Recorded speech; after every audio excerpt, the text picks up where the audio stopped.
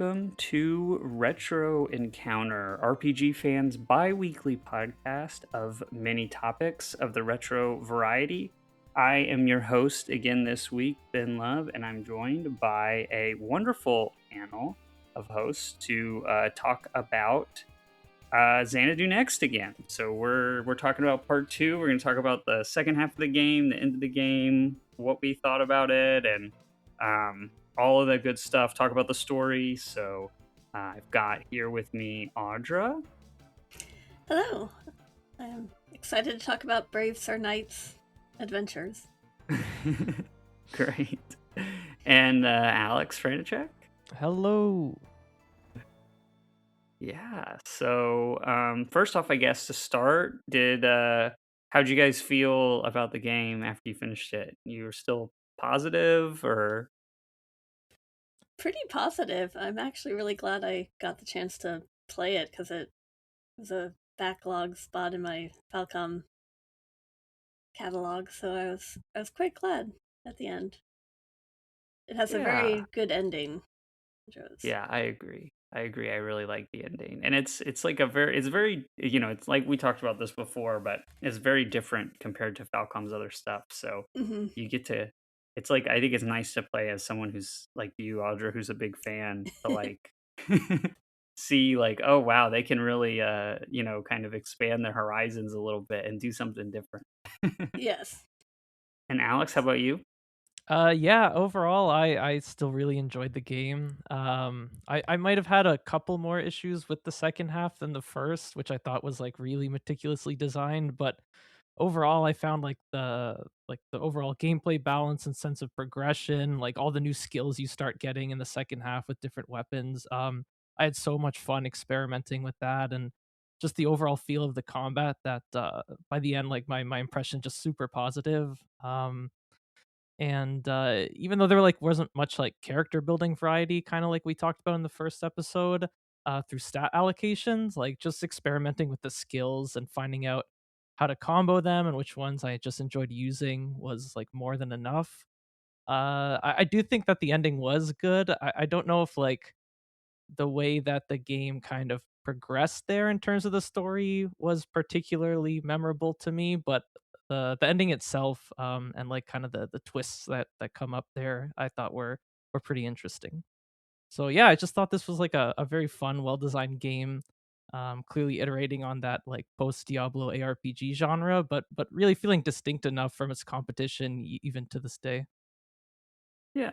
Yeah, no, I totally agree, Alex. And I think it's interesting you point out like having a few more issues with like maybe the structure of the game in the second half. And I know we compared the game a little bit to Dark Souls last Mhm. time with like the interconnected world.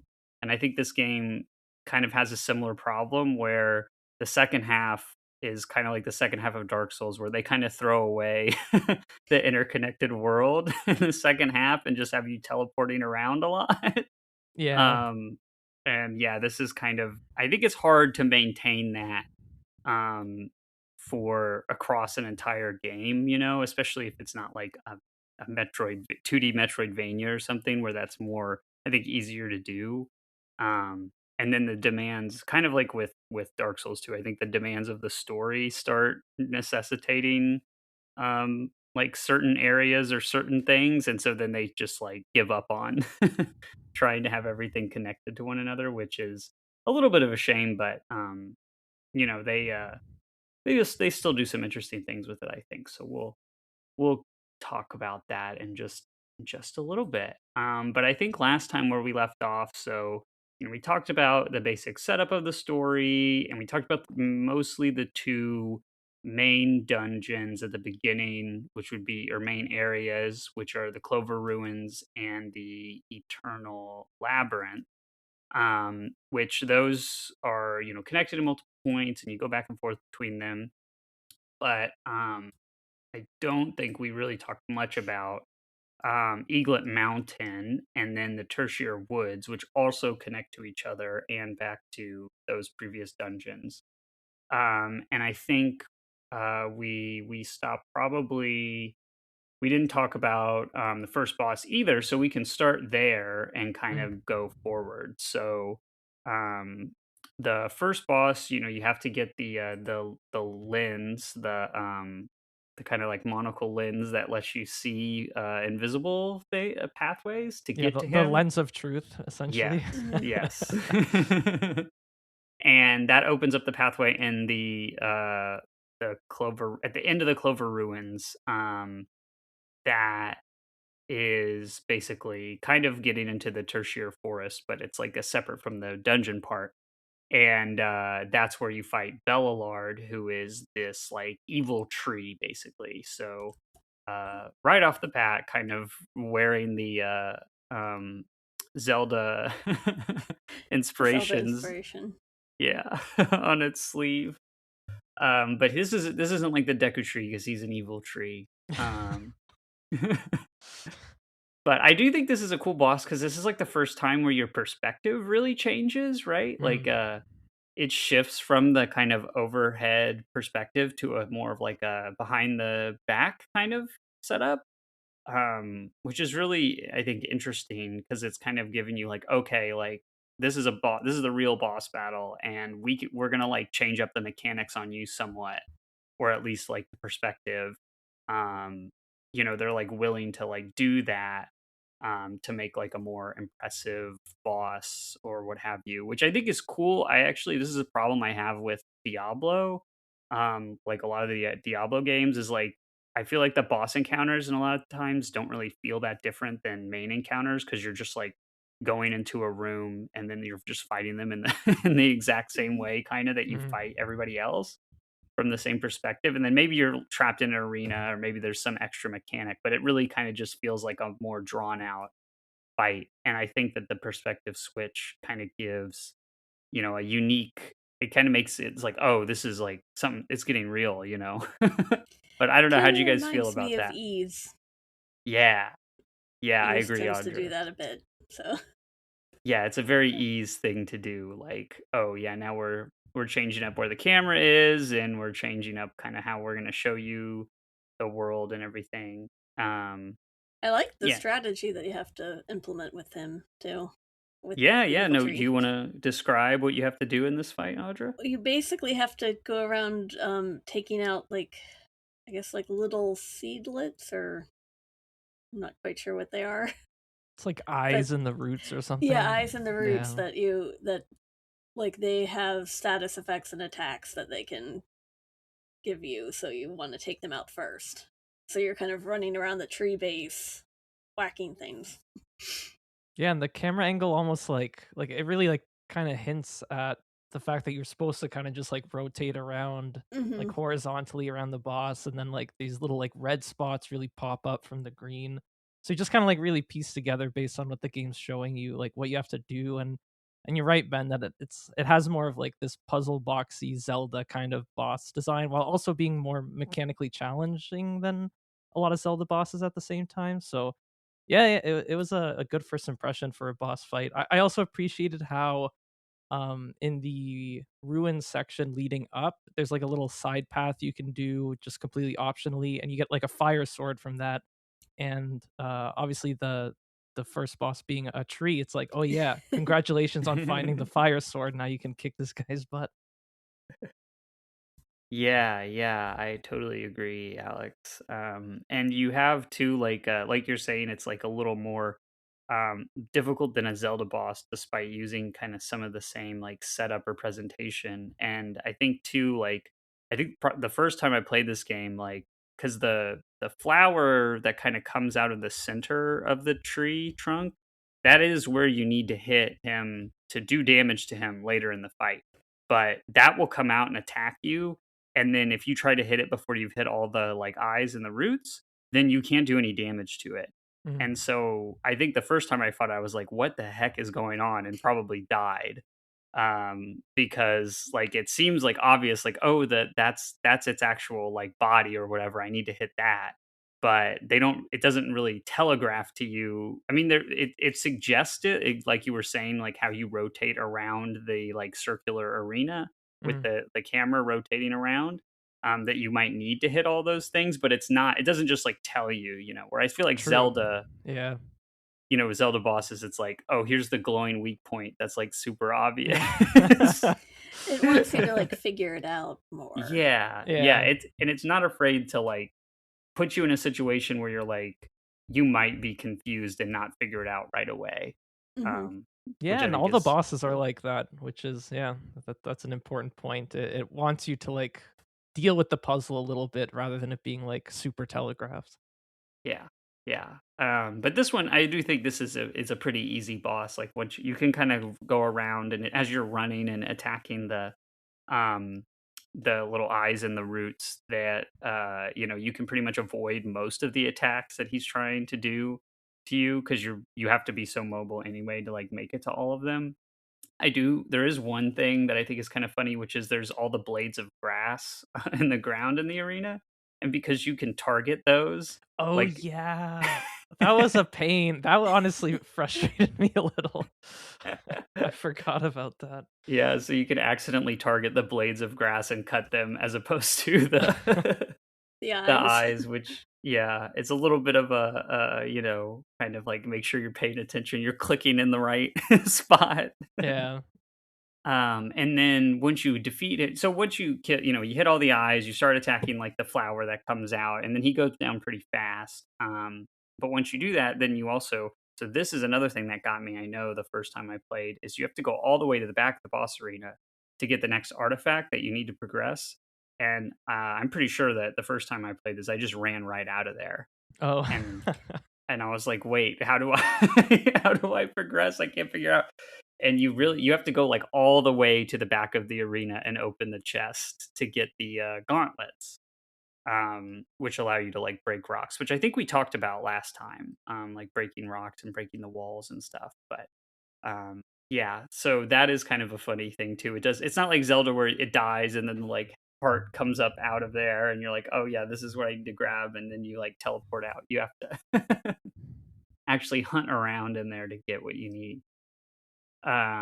But yeah, it kind of, I think it is a good job of just setting the stage for like what to expect from bosses.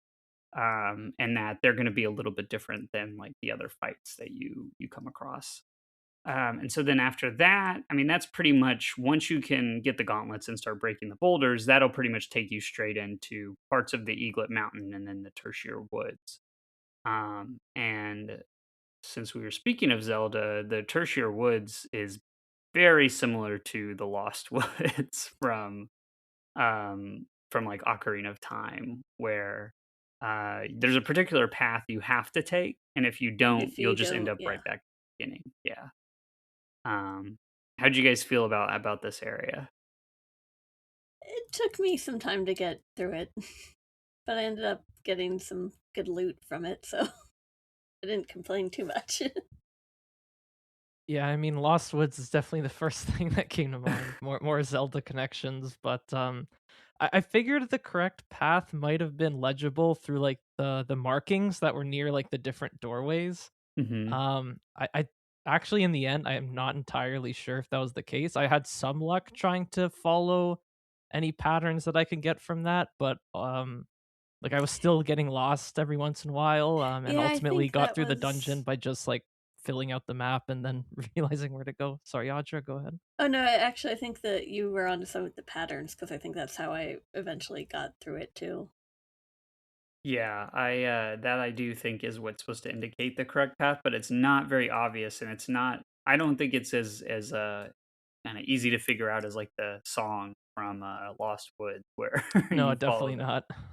Yeah, and I think maybe part of that is like you do have the mini map, which is something that you don't have in Zelda, and so as you go to each room, if it's like an actual room that's connected to another one, it'll stay on the mini map, so you Mm. can kind of like trial and error your way through it. But I do think they could have done a better job signposting where you're supposed to go. But it does, there's value in like breaking off the path, right? From the path you're supposed to go because there are rooms that are not on the path directly, but that do have like loot or Yeah. Or other stuff. tabulae, or Yeah. yeah. So there is a little bit of, I think they intended for you to kind of like get a little bit lost so you could stumble onto some of that stuff. Um, but yeah, and the enemy types here too, you have the lizard men, which are pretty, I think they're probably some of the more threatening enemies up to this point. Mostly because they can like parry or block your attacks. Mm-hmm. Um, which a lot of the like before this enemies like pretty much don't do. There I think were some skeletons in the eternal maze that have a shield and can block occasionally, but these guys, like, I mean, if you're not approaching them from the right angle, they'll really like block a lot of your attacks.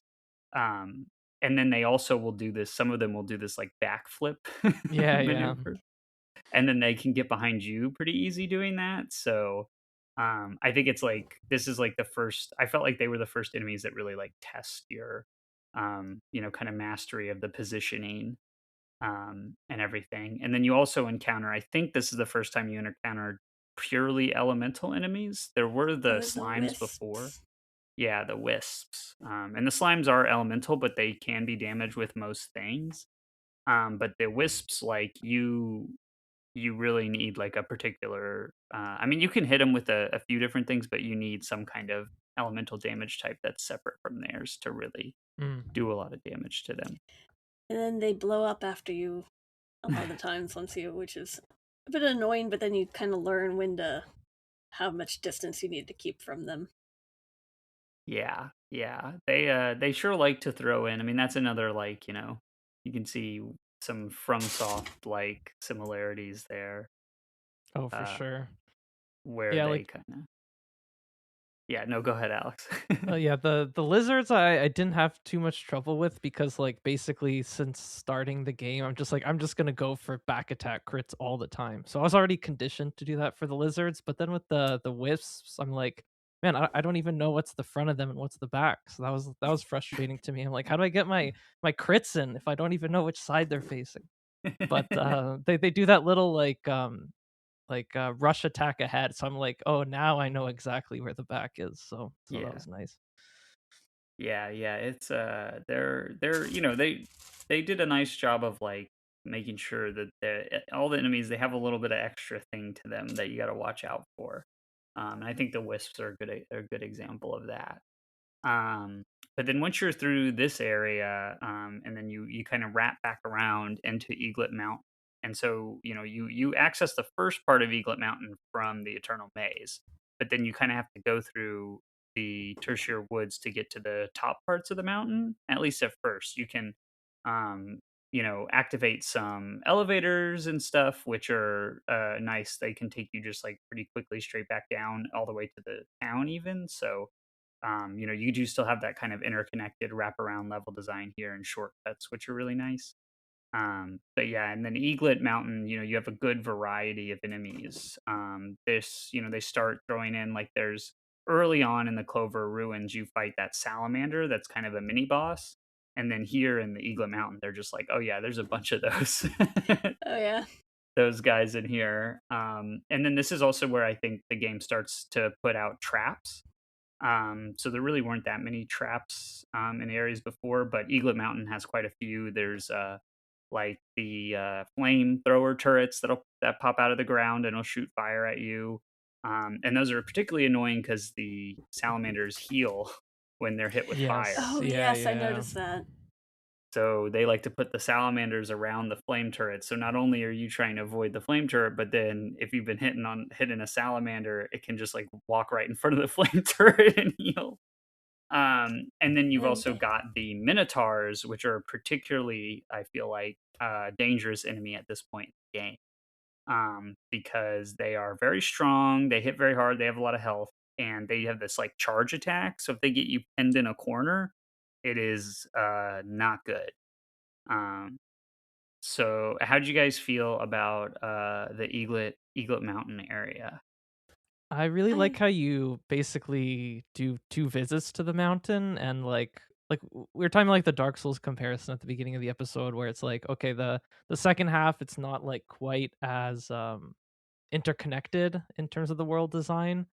But I do appreciate how like the levels, even in the second half, do have at least like a bit of mechanical variety. Like not to the extent that I think Dark Souls managed with like making different zones towards the end very distinct, but yeah, like the traps in Eaglet Mountain or like getting lost in the tertiary woods. It just has like a little bit of flavor that like, oh, like even if it's not like completely like interconnected the world design anymore, like I'm getting like a different kind of experience with each level. But the with Eaglet Mountain also the return visits, like you were there like a couple hours before and now you're back, and like suddenly you'll get to a room and you'll be like, oh, now I'm back here again. So there is still like, it still has that like pretty rewarding sense of like discovery to it. And this is also where you kind of have to do like a bit of platforming with like the flying shoes, right? Oh, Yes. yes. Yeah. Yeah, that I didn't love, to be honest. The flying shoes are, I like the idea of the item, but it wasn't like super It's fun hard to to use. activate them almost at certain Yeah, points. I would sometimes it just wouldn't Yeah. fall. work. Yeah, yeah. Yeah. Yeah, you have to get like a running start and you Yes. have to commit to like you have to run off the ledge at full speed and then you have to keep moving or else they will just deactivate. So if you don't like leap off the ledge at full speed, you just fall. And then if you stop like holding forward, you also just fall. So I agree. They're a little bit frustrating to use. And I also think the camera angle in most areas um isn't very conducive to like the kind of platforming they want you to do with them. That's not so much of an issue in this area, but there are some areas later, which I'm sure we'll Oh, talk about yes. in the castle in particular, Mm. where it's really annoying. Um, but yeah, and I think so. We're talking about the flying shoes. But I think we got a little ahead of ourselves because I believe you get those after fighting the Skulltula boss, correct? So Oh, right, we're talking about Eaglet Mountain Part 1. Right. yeah, I yeah. No, definitely but went ahead then. no, you're okay. That's fine. No, that's fine. But because Eaglet Mountain wraps back around in the Eternal Maze, and then the kind of boss at the end of the Eternal Maze is Skulltula, which is this spider. And you fight him in this like arena with a bunch of like pillars, and it's almost like a big open, kind of like a almost like a church. It kind of seems like, or a temple, and there's water on the ground, and I don't think it's not enough water to make you slower, I don't think. But it does kind of give you, it kind of shows you like, oh, this guy's going to use like water attacks. So what did you guys think of the skull boss? I thought it was a pretty interesting fight. I came into it just, I kind of bashed it with magic and a lot of. And that seemed to do the trick eventually. Yeah, I got to the boss and like it was pretty clear where you're supposed to attack in that first phase, but I was only dealing 1 damage with my sword and I'm like, what the hell am I going to have to level? But then I just started like using lightning because it's like in a water arena and I thought that might be a Hmm. good thing. And I also equipped the magician guardian which I was leveling, which boosts your Oh, yes, the intelligence. sorcerian. And suddenly I was like cranking out some pretty decent damage just with lightning though. And so I was like blasting it, relying on like my magic potions because I'm like, I don't want to grind. And yeah, I ended up getting through it, which was great. Um, and the fact that it had the 2 phases I thought was really fun, like how like the first phase is like kind of like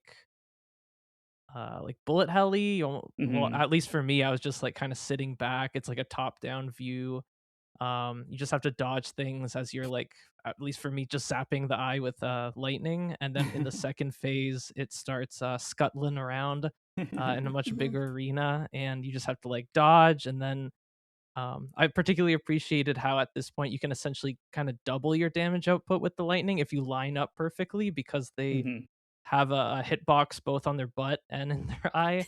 So if you like completely position right after they've been scuttling, you can do double damage with the lightning blast, which was I found this boss very fun to deal with actually. Maybe the Yes. one I died the most to at first, but once I was getting my damage right, it was a lot of fun. Yeah, yeah, he is pretty dangerous because like in the first phase you guys are talking about, he's pretty static. He's just like in that back area because he's like busted through the wall or whatever, and he's like shooting the bubbles at you, right? So the bubbles, like, they take up it's hard to dodge them, but you can burst them with, like, magic attacks, so that's Mm. probably, I bet you guys both kinda use that technique, right? Yes. Um, to kind of avoid damage, and then or you can try to get up close to him, but if it's hard to get into melee range because the bubbles will just, like, all start hitting you at once, and that can just eat through your health. And then when he gets to the second phase and he starts running around the arena, he can kind of basically like rush and trample you, and you'll take damage from like all of his legs at once, and that is what killed me like quite a few Yes. times. Yeah, yeah. Because that's like you just get trapped under him, and that's like a huge, huge problem. You can like chug potions through it, but obviously you can only do that so many times before you get taken out. And then when he is charging you, if you get out of the way, you can kind of lure him into the pillars that are around. And Mm. then if he runs into them, then he gets stunned. And then that's like a perfect um, way to set up those kind of attacks, like you were saying, Alex, like the lightning attack to hit both ends of him. If you can get him to run into the pillar, then he's kind of just free for you to do that, or hit him with melee or whatever.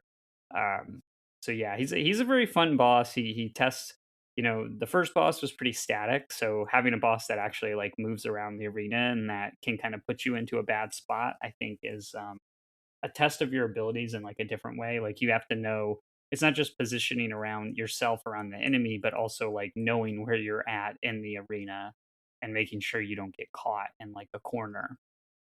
Um, because that's just like you basically instantly die if that happens.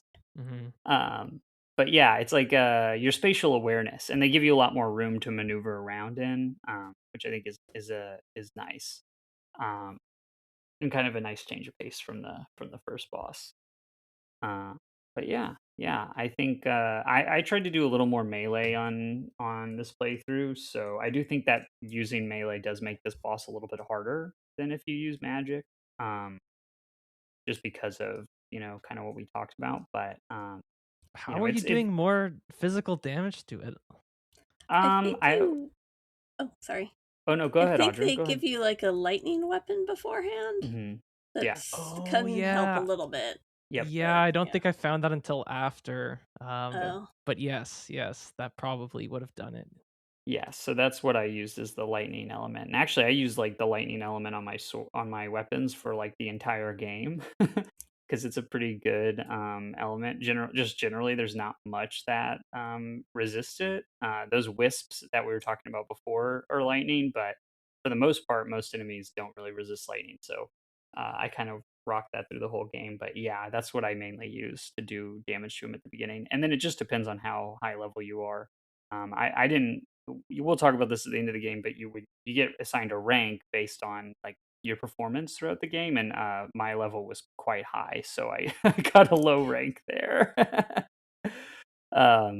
Just because I did a bit of like grinding and just I don't know. I really enjoy like combat and kind of the loop of just like going around and fighting things and getting money and buying equipment and all that. So uh, I did a lot of that in this playthrough, so it's probably a little higher level than you guys were when you got to this boss.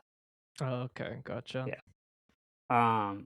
But yeah, so then once you do that, that's when you get the wing boots that we were talking about earlier, and then that is what allows you to progress in Eaglet Mountain because Eaglet Mountain at the top is it's like a volcano, so there are lots of spots with lava. And that's what you really need the wing boots to like get over is jumping over lava to get through doorways into the top part of the mountain.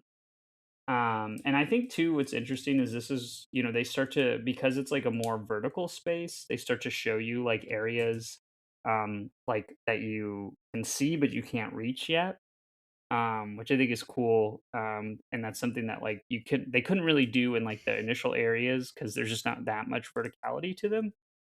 But you'll be like in the winding passages of like Eaglet Mountain, and you'll see like an outcropping, and it's like, oh, like there's a chest there. I wonder how I get there. And Hmm. then you'll like kind of wrap around and get to it, which I think is like a cool little bit of the level design that they start to use a lot more in the later half of the game for sure. Um, and then you also have some like there's some button pushing you have to do here. Because they're, at the top of the mountain, there's like these gates, right? That or inside the mountain, there's these gates, and they kind of restrict you from moving forward. So you kind of have to go back and forth, find like the buttons to press to bring down the gates so that you can move on. Um, and then even though the inside of the mountain is very like, lava, there's a lot of fire enemies. The upper parts of the outside of the mountain are more, it's snowing and Yeah, there's that was frost cool. enemies. Yeah, yeah. So you kind of get a little bit of fire and ice dichotomy going on, which is cool. Yeah, and then suddenly there's the ice lizards, and then you want Hmm. to break out your fire element weapon. Yeah. Hmm. Yeah. Hmm. Yeah, we talked a little bit about like Vagrant Story last time, and there's nothing, this game does not go that hard with like the elemental weaknesses and all that. But there is a little bit of that, right? Like, oh, well, I might want to switch around to a different element on my weapon or switch around to different spells. Hmm. Each dungeon kind of has these kind of phases to it where you can't just stick with the same loadout the whole time, um, which I think is nice because it just makes you like think about and consider some of the other options that you have and not get too set in your ways with like one particular type. Yeah, I And really I really don't mind that mechanic considering the way that like spell charges work, that you don't have like MP, it's just like mhm, charges per spell. And so like as you're just like getting through the game, you just have more skills and spells to go through. So just like between rooms, pausing the game, switching out your spells like while you're running low in charges for another, like, and then you essentially end up with like 3 different spells per element, and mhm. then like 3 neutral spells as well. And that just gives you like so much variety to like kind of play with as you're progressing through levels. And I really enjoyed that like more than I thought I would, considering like how much like pausing the game it requires. But like again, I enjoyed Vagrant Story, so I can pause a game. And so like yeah, I just ended up like really having fun with just using all of my tools. Like because in something like Dark Souls, which also uses spell charges, you have to like commit to like a certain loadout. And here that you just have access to everything all the time just from your menu. It was really cool, I thought. Yeah, yeah, it really makes you use it, it encourages you to use like your whole toolbox. And it's almost like they're almost approaching it like it's like ammunition, right? Like your spell uses. So it's like it almost has kind of the same like push and pull that you get in like a first person shooter where they'll give you a section where like, oh, you need to heavily use like the sniper rifle or like the shotgun, but then they know that you're probably low on ammo for that. So then maybe they'll, the next room will have like enemies where you might want to have that, but maybe you don't have Hmm. the ammo for it anymore. So you kind of have to compensate for something else. Like I feel like there's a lot of that kind of idea to this design, right? Like they Yes, for know, sure. yeah, the sequence of rooms and what spells you're likely to use or abilities you're likely to use because it applies, to the melee abilities just as much. And I think as the game progresses, especially in like Castle Strangerock, there's a lot of that too, where you can tell they're like, oh, well, let's put a group of flying enemies here after they've probably expended all of their abilities that could hit flying enemies and stuff like that. And it really makes you like, kind of reconsider your approach. But I think this is where they really introduce that and like kind of shifting up the element weaknesses on you and stuff like that. And I like too that Alex, you mentioned the different spells because your initial spells in each elemental category are just like general projectiles, right? But this is where you start to discover some of the more like higher level spells in the game that have more wide ranging effects. So like here in particular, I think is where you get the freeze spell that just like freezes all the enemies like on screen. Mm. Oh, yes. That was Um, very helpful. yeah, yeah, which is really good crowd control. And so you're starting to get spells that like maybe they do damage, but the real goal is to like keep enemies away or freeze enemies so you can deal with them or run away. Um, and each elemental um, you know type kind of has that. Like the fire, you eventually get like the firewall spell, and so Oh, that's that's good my to like, favorite one in the game, man. That was yeah. so fun.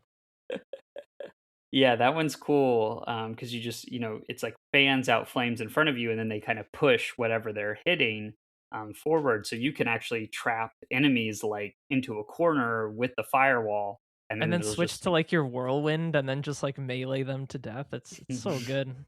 yeah, Oh yeah, man.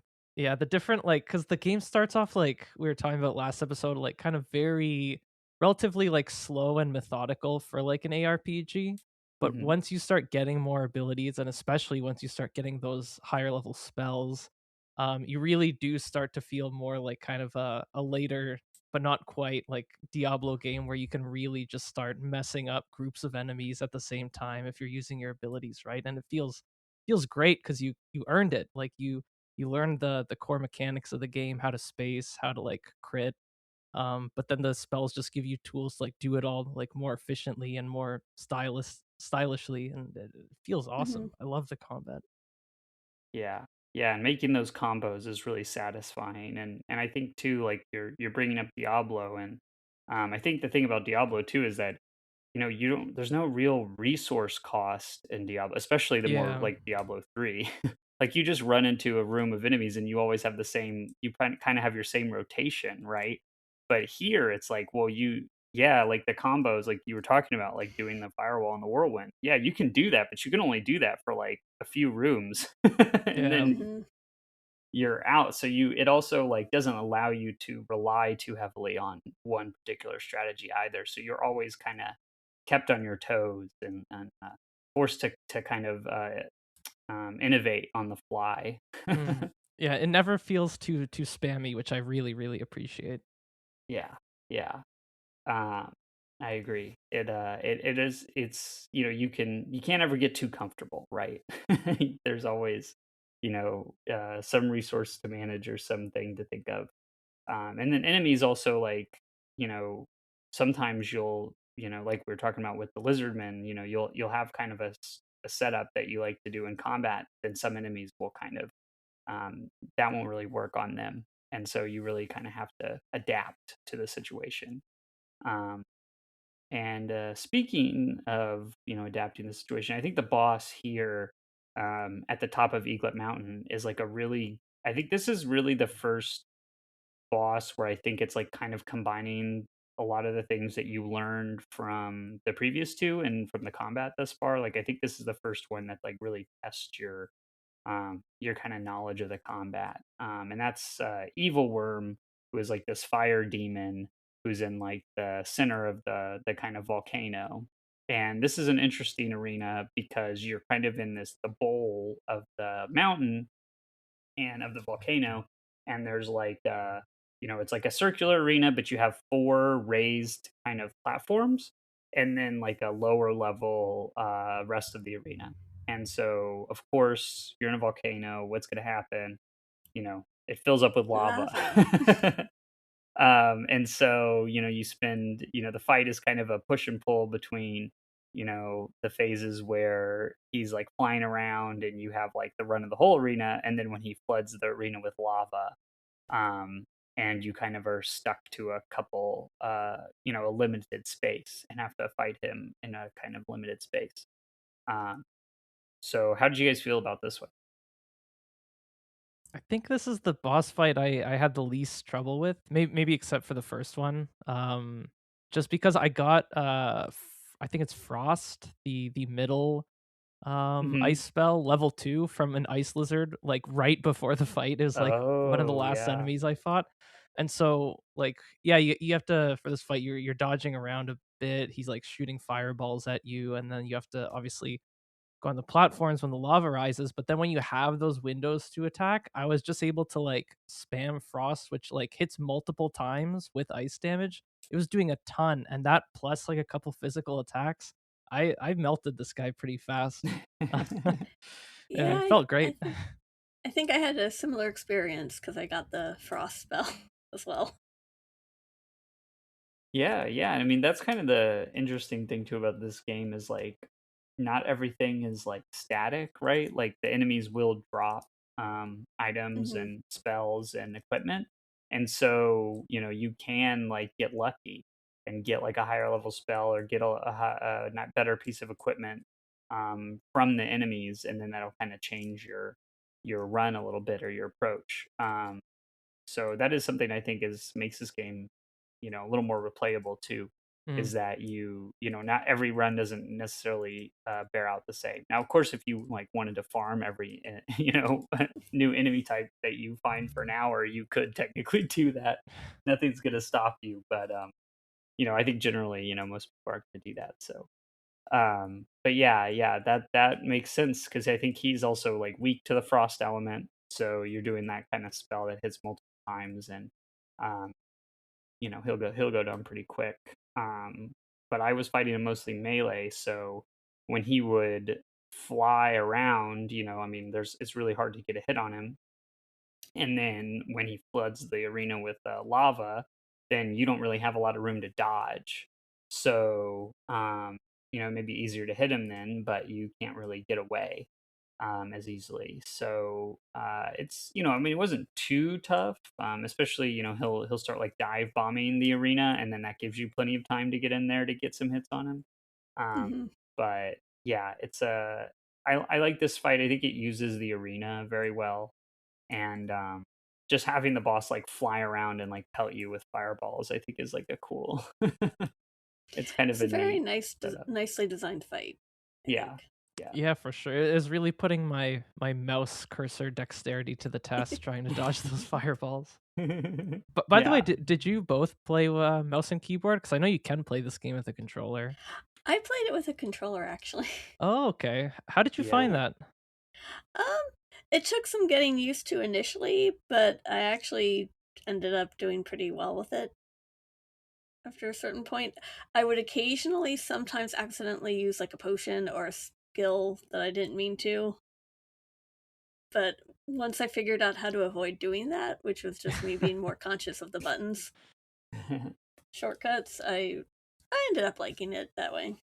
I mean, there are just like parts of the game where it's just like the movement. I'm like, oh, maybe this would feel better on a controller, but no, overall, like I really got used to the mouse and keyboard setup and think it was the good choice. Yeah, so this time I played with mouse and keyboard. But the other times every other time I've played, I've used a controller. Just because I prefer generally to play most games with the controller. And so for controller support, I believe the controller support was added when Xseed, kind of brought this game to Steam. Mm. So I believe it's not something that you can do in the original release. So that is, so it was designed entirely around the mouse and keyboard controls. So I think that you guys kind of got at the strengths and weaknesses of using a controller in this game. Is that the strength, like you were saying, Alex, is that it's actually is a lot easier to maneuver with the controller. You can get a kind of level of dexterity that you can't really get when you're pointing and clicking around. Hmm. So for some of the like platforming sections where you need to like jump off of a ledge in a particular way with the wing boots, I find the controller is actually like way better for that. That's what I especially Mhm. figured. Yeah. But Audra, like you were saying, because the item commands weren't originally designed for a controller, you actually, when you're using a controller, there's like this highlighted kind of square box around whichever item Hmm. you have selected, and you have to use the D-pad to like move that cursor between the items that are on. You have a Oh. vertical bar, which is where your items are, and you have a horizontal bar, which is where your skills are. And so up and down on the D-pad will swap the item you have selected, and then across, horizontal, left or right on the D-pad will switch between your skills. So the problem with that is that you have to. It's not very obvious what's Yeah. highlighted when you're going to use an item, and it's like really, really hard to see, especially in the thick of like combat, right? Because you're like trying to see Yeah, what's on the combat, screen. Yeah, I was often on like the wrong skill at early on yeah, for it, and yeah. I was like, no, I meant to do this one. But yeah. Yeah, so that I think is like the biggest issue with controllers. So I think in some ways it does actually feel nicer to play on controller, but using the items and skills can be a real pain. Hmm. And what I usually would do is like it'll default to like the first item you have. So I would always select put the potion in that. so that I would just generally like hit the use item command, and it would most of the time be in the potion slot. Hmm. But you do have to equip the artifacts on that bar, even if you're not like, even if they're like benefits or passive, you still have to have them equipped there to use them. So, um, you're always competing for space on there. So that is kind of a problem. And then with the skills, I would just like have one active like skill that you actually have to use the button to execute, and then the rest of the skills I would just put passive skills because then you don't have to swap. Oh, I see. Yeah. Yeah, swapping between skills on the like I just had the skills on like QWER and that Hmm. felt like very intuitive obviously, but the one issue I was facing was I had like a skill on Q and then I have always have potions on 1. And so there's definitely Oh, times yeah. in the thick of fights where I would try to hit Q and I just end up using a potion for no reason, but it all worked out in the end. Yeah, yeah. So I think the controls, like, you kind of run into issues either way that you Yeah, play. that's fair. But I mean, in this playthrough, I kept the controller like handy. So whenever there was a difficult like platforming part, I would just pick up the controller. And that is the nice thing about this game is it'll just detect whatever your input is immediately. So you can like seamlessly swap between using the mouse or using the controller. Oh, Yeah, Um, because neat. I did switch to the mouse for like maneuvering around just in the general inventory menu, and when I was trading stuff with Shar mhm. and stuff, it was easier to use the mouse than it was to try to Oh finagle the yeah. controller. Oh yeah, menus are always better with the Yeah. mouse. Yeah, because if you're trying to use a controller for that, you have to like, I think it's like one of the triggers will like actually select, and then you have to use the cursor or you move the cursor with Oh the wow. stick Yeah. to like drag and drop, which is horrible. So much easier to just drag and drop stuff with the mouse. Hmm. So yeah, shopping you almost have to do with the mouse. Oh, that's funny. Yeah, yeah, but I do think the controller does give you a little bit of an advantage in maneuverability. Particularly in certain sections. But I'm glad that it's like they added it as an option. And I think part of that too is because they were kind of targeting like Ys fans, right? With when they were Right. releasing this Ah, on Steam, makes and sense. like you have to play those games with a controller. So I think they figured most people are like gonna want to control it with a controller. And um, even though the implementation is not perfect, I think they did a pretty decent job. Um, as long as you're not like you said, Audra, as long as you're not shopping with the Yeah. controller. So yeah, so after you finish Eaglet Mountain, this is actually kind of interesting because you kind of go just straight into another boss fight. Oh Um, yeah. which I was surprised even on this playthrough, even though I've played the game multiple times. I'm like, oh yeah, there's no, there's like not a really a dungeon here. You just like straight to another boss, which is kind of odd. It almost gives me it's like like Zelda the Wind Waker, where you go to Jabu's lair or whatever, and then he just like gives you the thing, and you're like, Oh oh, is it yeah. supposed to be?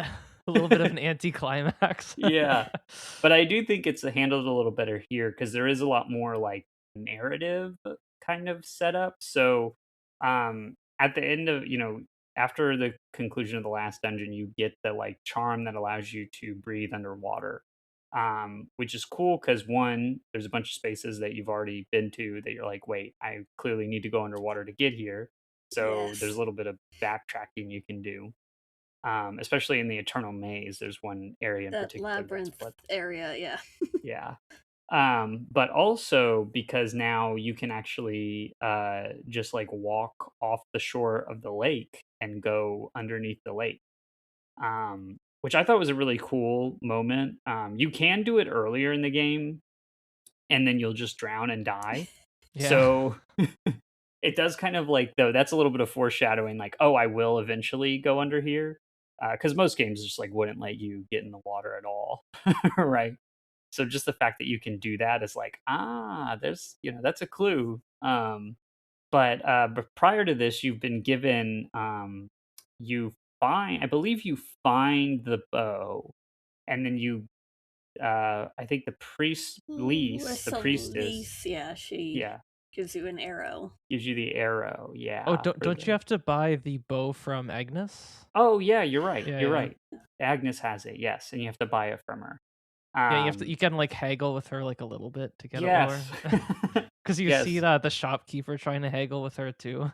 That's right, yes, you go into Yeah. Spence's shop, and she's trying to sell it, and he's like, I don't really want that." Yeah. And, like, she's like, "What the heck?" And so then you can talk to her, and yes, if you don't accept her first offer, she will give you another offer where it's lower, which is cool, but there's no downside to doing that, so you should do it. It's not like, I'm trying there's a game where oh, I think it's Fire Emblem, actually. There one of the in, Fire Emblem 7, there's a character you can recruit for money, but you can haggle her down, but if every time you haggle her down, her stats go down. Oh, wow. Okay. That's funny. Yeah, so you're actually like, you wanna just pay full price, but here there's no Yeah, downside. yeah. Um, so you buy it off of Agnes, which is also, it's a nice role reversal. There are parts where you've run into Agnes throughout the previous dungeons we've been talking about, and she will sell you like interesting items. But here it's like, for the most part, you've kind of been clearing the path for her. So here's a part where like she unknowingly gives you like this very important artifact for you to progress. And then once Lise sees that you've purchased the bow, she will give you the arrow. And it's like, hey, you're going to need this. So then you go down to the um, bottom of the lake, and then there's like it's kind of, I guess, the very like basement of the castle, and you go through there, and then you get into this chamber, and that is where you fight Askamoid, The who, floating eyeball thing. yes, he is Yes. basically a beholder from D&D, like straight up copy. But that's cool, he's like that's a fantasy mainstay, right? The evil giant floating eyeball. Hmm. And you fight him in this really small circular arena, and he's an interesting. I don't know. What did you guys think of this boss? I really like this one actually. I had to play it a couple times, and I did not care for that because you had to backtrack from the Harlock Village save point, I think. Yes, yeah, yeah. That Yeah. is the closest save point. Yeah. So you guys had a little bit of a harder time with this one. Yeah, I did. I can't remember how I finally beat it. Yeah, it took me a while to figure out how to space around the different attacks, but once I did, I was able to take care of him pretty easily, but I think just in terms of like how you kind of like space and have to engage, I think this might have actually been my favorite fight, like a nice just like fun challenge. It's more like a trial and error almost in the beginning. Yeah, yeah, But because his arena is very small, and he takes up like the majority of the center of the room, and he doesn't really move from that spot. And then he actually reminds me a little bit of fighting like Rom and Bloodborne, a little bit, because he has this attack where he'll like shake himself, and then all of these like kind of magic little raindrops like will fall out and then shower across the arena and then explode. Yeah, yeah. um which is like that attack Rom does in Bloodborne. Well, except this was um actually fun to fight, so I yeah. disagree on Oh that yeah. point. He's a lot more aggressive for Yeah. sure. Askamoid is. But then he's also like, that's happening, he's raining down these like droplets that explode, and then there's these little shadows that are kind of moving around the floor, and then spikes come up out of those shadows. Yeah, that was great. I, So I was you're not a like huge fan of the spikes. but yeah, the shadows and the spikes come out, and then of course, he's like a beholder, so he's got to shoot the laser beam out of his eye. And he actually has two different lasers. He has one laser that comes out a lot quicker, but is like smaller and doesn't do as much damage. And then he has a bigger laser that is slower, but it's like really wide, and he will like rotate almost around the entire arena with that. And that you pretty much just have to like run away from. Um, so he's pretty. I think I didn't have much trouble with this boss, but I think kind of what you're focusing on does change things. Like I was playing more melee, and so he takes a lot of damage from melee. But I don't know if you guys were relying more on magic. I think he's pretty resistant to magic attacks, I so was that could be part of initially it. on magic, and then I switched guardians, and Yeah. winning it with melee, and I think that was actually what ended up finally killing him. Yeah, Yeah. I was definitely going for melee as well. And he if your strategy is kind of to hang back and use magic, I think his attacks are very dangerous for that because Yes. you're trying to dodge all these things he's doing, and then the laser, like, it's harder to get away. Whereas if you're closer to him, it's a lot easier to like run around him and get away from the laser.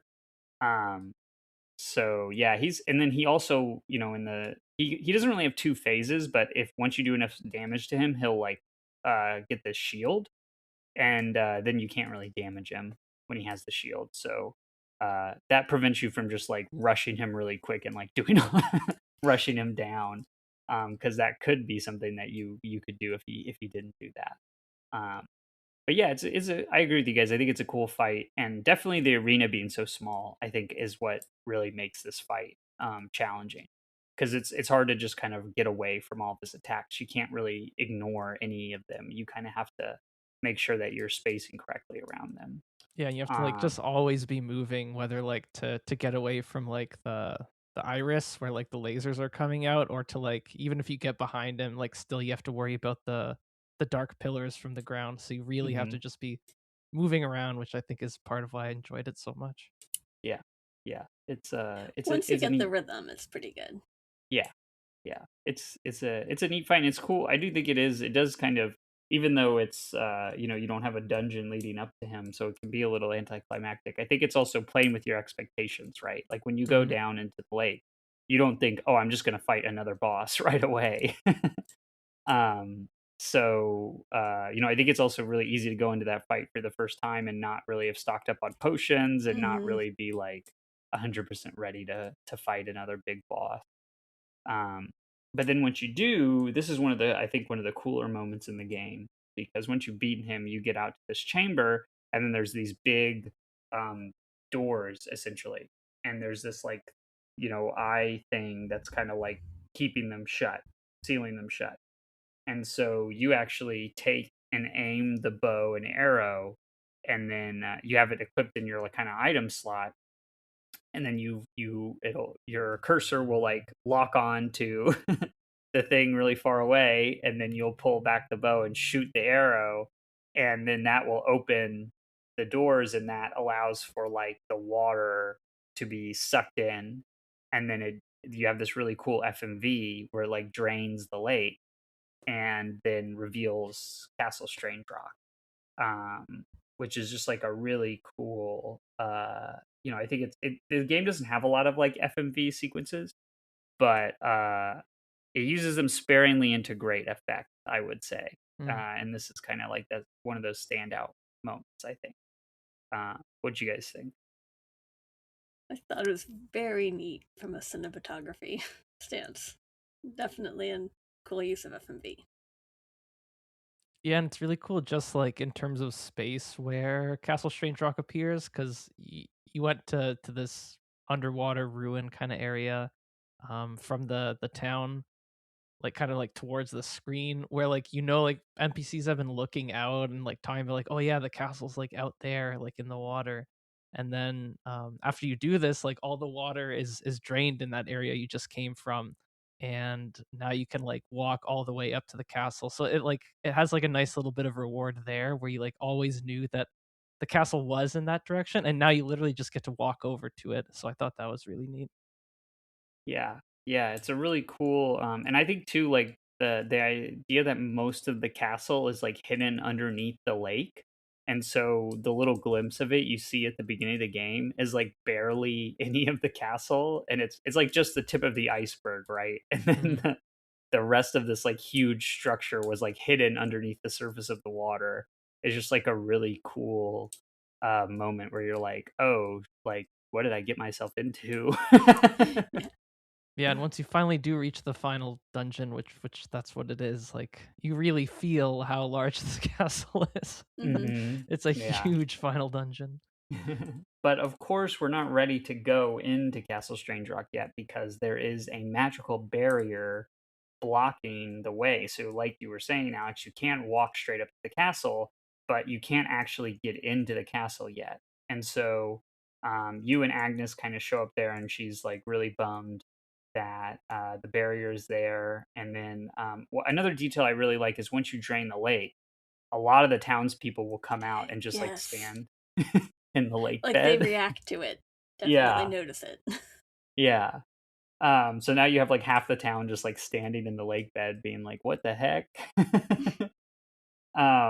Which is really neat, and it's neat. It's kind of like we talked about last time, like the kind of almost trails like aspect of it, Mhm. where after every major like thing happens, you can go back to the town and talk to people, and their dialogue will change. And so you really feel like the things you're doing have an impact on the Yeah. town and on the people of the town. Because like, yeah, how's fisherman Ned? How's he gonna make a living? You know, there's no there's no fish. But yeah, it's a cool moment, and it's not like it doesn't require a lot of, beyond the cutscene, like a lot of like presentational pizzazz or like high budget kind of stuff going on, right? But it still feels very impactful, and it's an example of this game. Like, this is not a very I don't think this was a very like high budget production. The development team is pretty small. It's about like 20 to 30 people, but it kind of shows like how much you can do with just a little bit in a confined like setting, to make things Mhm. feel really important. And so, but from here, you talk to Lise, and she tells you, well, you need to go through the Xanadu labyrinth, in order to actually, progress to the castle, and take down the barrier. And this is interesting too, because this is something that comes up in the tabulae, with the details about Sason, who was the architect who Galsus like kind of forced into his service to make the labyrinth. So you've already kind of heard about that before, and then now this is you actually going into uh, the Xanadu labyrinth that he created, which I thought was like pretty cool thing. Now I will say it's like I don't know that it feels that much like a labyrinth. No, it doesn't feel as much as even like the Eternal Maze. It Yeah, it's Yeah, doesn't one feel of the as more like mazy. linear levels in the game. Hmm. yeah, yeah. And I get the sense that like the labyrinth was supposed to encompass all of the dungeons pretty much in the game. So like, That's what I assumed, yeah. yeah, yeah. But this is the one that's actually like called the labyrinth, and is the part that leads directly into the bottom of the castle. Um, but yeah, I do think it's a cool dungeon. Like it feels the most, I think, dungeony of the areas thus far. And there are like a lot of interesting things they do. So um one thing in particular is this area has a lot of this is something they've used a couple times, or up to this point, but where you walk into a room using the key, and then like a magical barrier pops up, and then there's a bunch of enemies that you have to Oh kill before yeah. you can Yes. leave. And this dungeon really likes to use those, which can be frustrating, but I also think it's like, it kind of ups the challenge a little bit, and makes you make sure that you're prepared.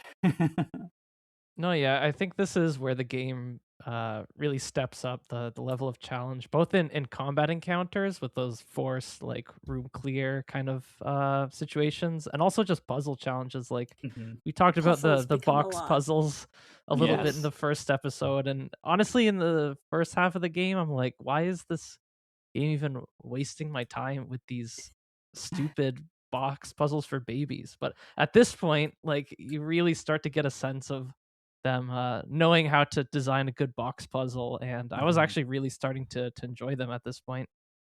Yeah, yeah, I totally agree. They do a good job of like putting like interesting items or progression things that you need behind these box puzzles. And the box puzzles are, they start to have like way more steps. So it's like you may have a mix of like stone blocks that can't be broken, then wooden blocks that you can break to change the height and then push onto one another. And then you also have these like colored blocks where if Mm, you align them all, then they disappear. I And so love it the starts to colored really blocks. play with that idea, right? Like, and there's some where it's like, oh, you need to clear the colored blocks, but then there's some puzzles where they're like, actually, if you clear the colored blocks, then you don't have enough blocks to like actually form the stairs or whatever you need to get Yeah. to the ledge and stuff. Oh, and So there was that one room where they had like the goblin mages mhm, on the top tier, and yes, you have to find a way to get to them first because otherwise they'll Oh destroy the yeah. boxes that you need to yes, advance to the. Yeah, I yes, remember that yeah. one. Yes, and that is a really cool. I'm glad you brought that up, Audra, because that is a really cool. I thought a really cool area because you need them. Like each box is like next to like a pressure plate, so you're Hmm. like, oh, I just pushed the box onto the like 10 pressure plates or whatever. But then the goblins start shooting the fireballs, and you're like, Yeah. you're like, oh shoot, I better get out of the way. But then you're really not worried about yourself because the fireballs will hit the boxes Hmm. and destroy them, and you're like, oh no. Yeah, so Wait, it's so like did a you guys have to kill the goblins first? Yes, I had to kill yeah. them first. Yeah. Okay, because I found another way where I was just like sticking to the back wall, like facing the screen, and then once I got behind a box, I would like go in for the push, and they like wouldn't notice me, and then I would like go all the way to the back again to the next box, push in, and I was just able to get through it like Oh, wow. that. Oh my god. Yeah, That's Kinda pretty neat. like a stealth section almost or something. yeah, pretty much. Oh, that's I pretty didn't even cool. know. Like, oh yeah, and then I did encounter them later. I'm like, oh yeah, I guess I could have killed them, but yeah. Yeah. I Yeah, liked there how the is a game let me do that though. yeah, there's a good amount of sequence breaking that you can do. I think also the flying shoes, like there's definitely some areas where you're supposed to like form the boxes in a certain way, but you can actually kind of cheese them by just getting high enough with the boots and then getting to the Walking next over ledge. to the. Yeah. Yeah. Oh, okay. Yeah. So I do like that the game, like, there are like kind of prescriptive things that it wants you to do, but it's not that concerned with like forcing you to do them. Whereas, like, comparing it to Zelda, a lot of times, like in a 3D Zelda, there'll just be an invisible wall or something like that that would prevent you from doing anything like that. And here it's Mhm. like, well, if you could figure out how to get around it, like, we're not going to stop you, which I appreciate. Um, but yeah, this area, this is also the area where they introduced the Lich for the first time, I believe. Um, and what's interesting about the Lich enemy, well, first of all, do you guys have memorable encounters with the Lich enemy In in this Castle game? Strangerock, I had Yes, in a Yeah, Castle few, and I did not Strangerock. like them yeah, In because Castle I had to re-level my character. yes, Yeah, I got yes. leveled down in like the second last room of enemies I fought before the final boss, but we're not there Oh. yet, but it was just like I was so cheesed. Yes, so the Lich is first introduced here, I think, in one of the locked rooms. And the thing about these guys is that, as you guys are alluding to, they have an attack where it's very slow, but if they hit you with it, then it actually steals your levels and forces you to level down, which is very punishing. And then the other thing they do is they will inflict this like death um, spell on you, and it'll just start count. There's like a number, and then the numbers will start counting down over your character. And then if you don't, you have to essentially hit the lich again to dispel it. And if you can't deal damage to the lich before the number counts down, then you just instantly die. Which I guess is like kind of like, I don't know, sort of like a Tonberry or something from Final Fantasy, or Mm, that kind of thing. This is a tried and true RPG enemy type, but I think usually, it's in a turn-based game where it's like, oh, that's the number counting down is like the number of turn. Um, Whereas here, putting in action RPG is kind of an interesting, I think an interesting place to see that, and I think works maybe because of the slower pace of the game. Um, like in ease, if there was an enemy like this, I mean, you wouldn't even notice because you could You'd be just, like, okay. yeah, Yeah. you just kill enemies so fast in that game. But here, they also shield themselves, so yeah. um, you can get into it if you don't deal damage within the first few numbers counting down. They're probably going to shield, and then you can't hit them, and you will die.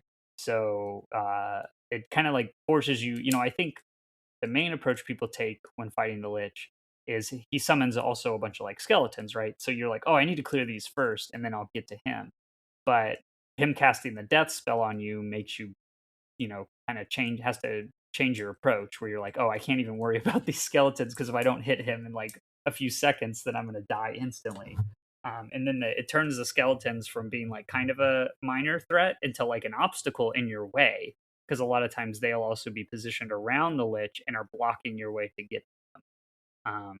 So I think I like this enemy because I think he kind of makes you really, it turns a lot of the core mechanics on their head, and you really have to like pay attention to where enemies are at and what this particular enemy is doing, um, which is fun. And then yeah, getting leveled down really sucks.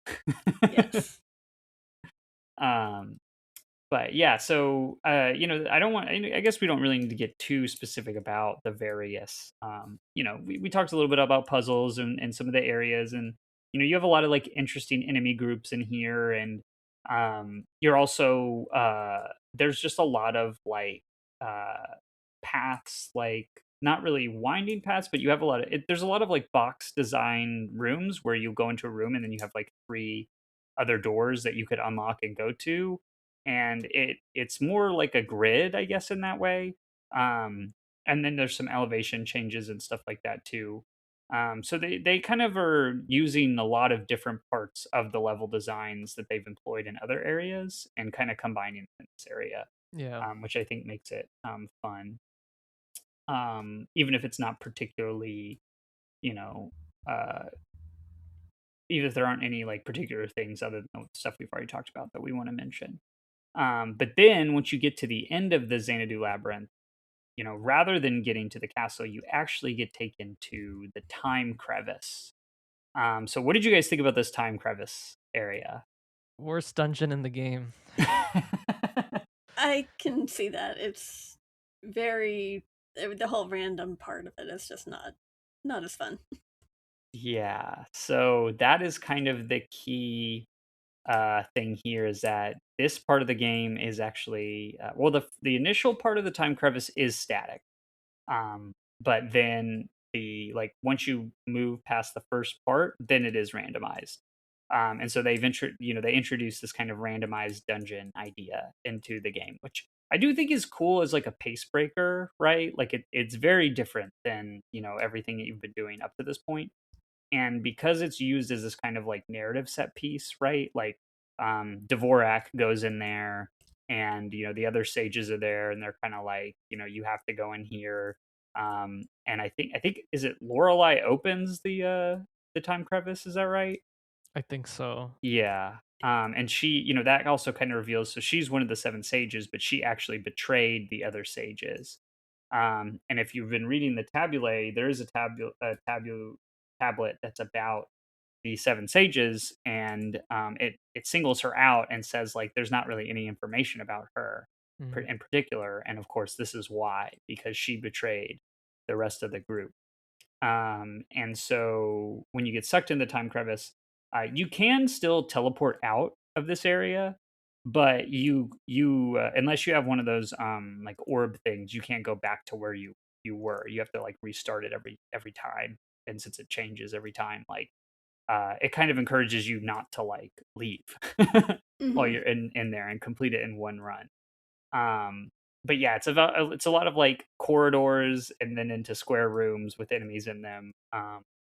And there is some good loot that you can find in here. There's some good weapons and stuff like that. But generally, yeah, it's kind of just feels like a procedural dungeon. Um, and it's kind of ugly too, I Yeah. think. Yeah. Just like energy walls, I guess, and then like these black stone things that you can break, and those are kind of cool though, because you actually can get items out of them. Um, but yeah, it's very like, I don't know, it just kind of all runs together. And then at the conclusion of the time crevice is where you end up fighting Lorelei, who, as I said, is one of the seven sages and the one who betrayed the rest of them to ally with Galsus.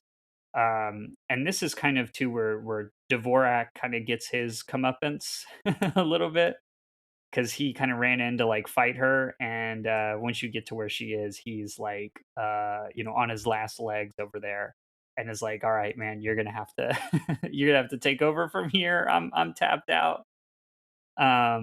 Which is an interesting role reversal, because at this point, before this point, he's kind of been like oh, like we don't need you, like I'm better than you kind of thing. Yeah. Yeah. So it's kind of where he learns to like respect you. And then, so what did you guys think of the Lorelei fight? Also, like, along with the time crevice, probably my least favorite boss fight in the game. Yeah, I just didn't like this area. I thought it, like, everything about it felt undercooked, and even this boss fight felt like just kind of odd. Like the first phase, where she's like the big fly thing with Scythe was Mhm. like really easy, and then the second phase where there's like the three Multiple. Yeah. flies of different elements, I just like thought that wasn't very fun. So yeah, I didn't like this part of the game. Yeah, Yeah, I wasn't. It didn't really stand out to me too much. Just kind of. It's there. Yeah, I, exactly. yeah. Like, it wasn't terrible. Like again, I enjoy the combat, so I wasn't like, oh my god, this is ruining the game. But yeah, it just Yeah, it's was not. less fun than I had in other parts of the game. yeah, yeah. I do think it works as like as kind of like a pace breaker, and like it gives this kind of, because this is where the story is kind of coming back into the game, Mm. and is Mhm. coming more to the forefront. So I do think it like does a good job of like framing that aspect of the game. It's like, oh, this is very different, and so that kind of fits like the heightening narrative stake. But I agree, this area it's not very exciting. And I know we talked about before we started recording, that there's a post game dungeon in this game. Well, the post game dungeon is procedurally generated and like the time crevice. Ah. So don't feel bad, that you guys don't need to feel bad then that you missed out on Okay. it. But like the idea of the post game dungeon at least being like maximizing the challenge you're gonna get out of this game, that sounds cool. Mhm. Mhm. But yeah, Yeah. I didn't get around to that. Yeah, it's more of a better, I think you're right. It's a better use of that kind of procedurally generated dungeon concept for something that's like an optional kind of challenge at the Yeah, end of the yeah, game. Yeah, exactly. rather than forcing you to do it. But I do like this boss fight. I think for one, like her turning into the like this grotesque fly monster is kind of crazy. Uh I, the first time I played, that was very unexpected. Like that, it kind of shows how like evil and warped she is, that this is like now her true form, that she Yeah, was this she's like, going Jeff Goldblum. yeah. Yeah, yeah. And it can be a pretty challenging boss fight, especially I think once the like three elemental flies that you guys mentioned come in, because once you if you like kill, you can kind of like focus on one and kill one, but then when you do that, the other two get bigger and more powerful. So it actually like behooves you to like kind of whittle them all down at once and then try to take them out in quick succession. I watched some like no damage boss fights videos on YouTube, and that's what that strategy seems to be, is to like fight them all at once and then wait until they're all really low on health and then kill them all really quickly. Yeah, I figured Um, that could be a good strat. yeah. I think my least favorite thing about this boss fight though is that the flies can do this like attack where they rush forward and then they basically like pin you into the wall and you can't get out of it, and Oh it just yeah. does like tons of damage, and it's really hard to avoid, especially with all three of them, because you might be avoiding attacks from the other two and then one is like probably off, like the whole arena is not visible. It's large enough that it's not always on the screen, so they can be off screen and then just do that attack and there's like no way to dodge. um and then they also will, if they're all three on the screen together, they'll like do this like try attack where they form like a triangle laser, and then that takes up most of the arena. It's kind of hard to maneuver around. But yeah, it's I do think it's probably the least like polished boss fight, I would say. But it is, they tried here, I think, to like make something that's a little more like difficult, but I think maybe it has a few too many moving parts and doesn't really fully come together. Um Yeah, But, because also like it would be cool if I guess like one way to deal with like the elemental differences with the flies would be like equipping like all three elements to your abilities. But since you only have 4 slots, it's not like super practical. Like, so I didn't end up doing that, even though I thought about it because like I like my other passives and whatnot. So mhm. yeah, I think there was potential here, but I just didn't feel it in the execution. Yeah. Yeah, no, I agree, and, it just what you end up doing is just not using any elemental damage at all. Exactly. Yeah, yeah. Yeah, Because I think they'll the just first time I died to this, like, was because I went into the fight with, like, either fire or lightning equipped, and, like, I was trying to, like, remove the buff by, like, pausing, but, like, it doesn't, like, stop the fight, so I think I just Right. ended up, Oh like, yeah. dying. I'm just like, "Alright, I'm not even gonna use an elixir for this, I'm just gonna restart because this is dumb." Yeah. Yeah. Yeah. Yeah, I agree. It's, there's some cool ideas, but they don't exactly come together. Um But then once you vanquish Lorelei, then you can kind of emerge from the time crevice, and then you basically get to Castle Strangerock from there. And there's this like basically a shield generator in the bottom of the castle that's keeping that barrier up. And so you just like hit that, and then that takes down the barrier, and then you're ready to go into Castle Strangerock. And so this is kind of where the story really starts to come into the full uh, force, because this is the point at which kind of the first twist is revealed, and that's that the priestess Lise is actually the Black Bride that has been mentioned in the tablets and the memoirs and everything, who is the married Galsus, and kind of freed him and brought ruin to Xanadu. So what did you guys think of this development in the story? I thought it was a pretty interesting twist. I mean, Falcom can do some interesting plot twists when they want to. And I think this was a pretty interesting one for the antagonist, especially considering she'd been helping you the whole time. Yeah, and just the fact that, like, all these details are kinda, like, hinted towards in the Mhm. memoirs and tablets, so really did feel like all that whole aspect of the game, like slowly trying to piece together what the history is, what this personal like journal is actually Mhm. directly connected to these characters that are now like a major part of the climax. I thought that was really well done. Yeah, yeah, I agree, Alex. You spend a lot of the game thinking, "Oh, this is all just historical," but this is where you figure out, "Oh no, actually, these people are still around, and like this is very Hmm. relevant to the events of the game, more than Mhm. just providing like backstory." Yeah, Um, and, yeah. and I think they do a good job too with the memoirs. Is it's not fully clear until this moment who actually was writing those. And so once she kind of reveals that she is the Black Bride, at this point, all the sages have been awoken from stone, and you've kind of met them as you go through, especially the later dungeons in Xanadu Labyrinth is kind of where you encounter the rest of them. And then you finally encounter Princess Florette, who is the twin of Lieselot, and the one who like fought against Galsis back when he was resurrected that time. And so you figure out that she's the one who wrote the memoirs, um, which is interesting, and gives you up to this point, she's been in stone, so she hasn't been around, but that you kind of get a sense that you know her because you've been reading her thoughts like throughout the whole game, which I think is kind of a cool moment. And then she takes the place of Lise as the priestess who helps you level up and do everything. And then the sages will all just hang out in the temple.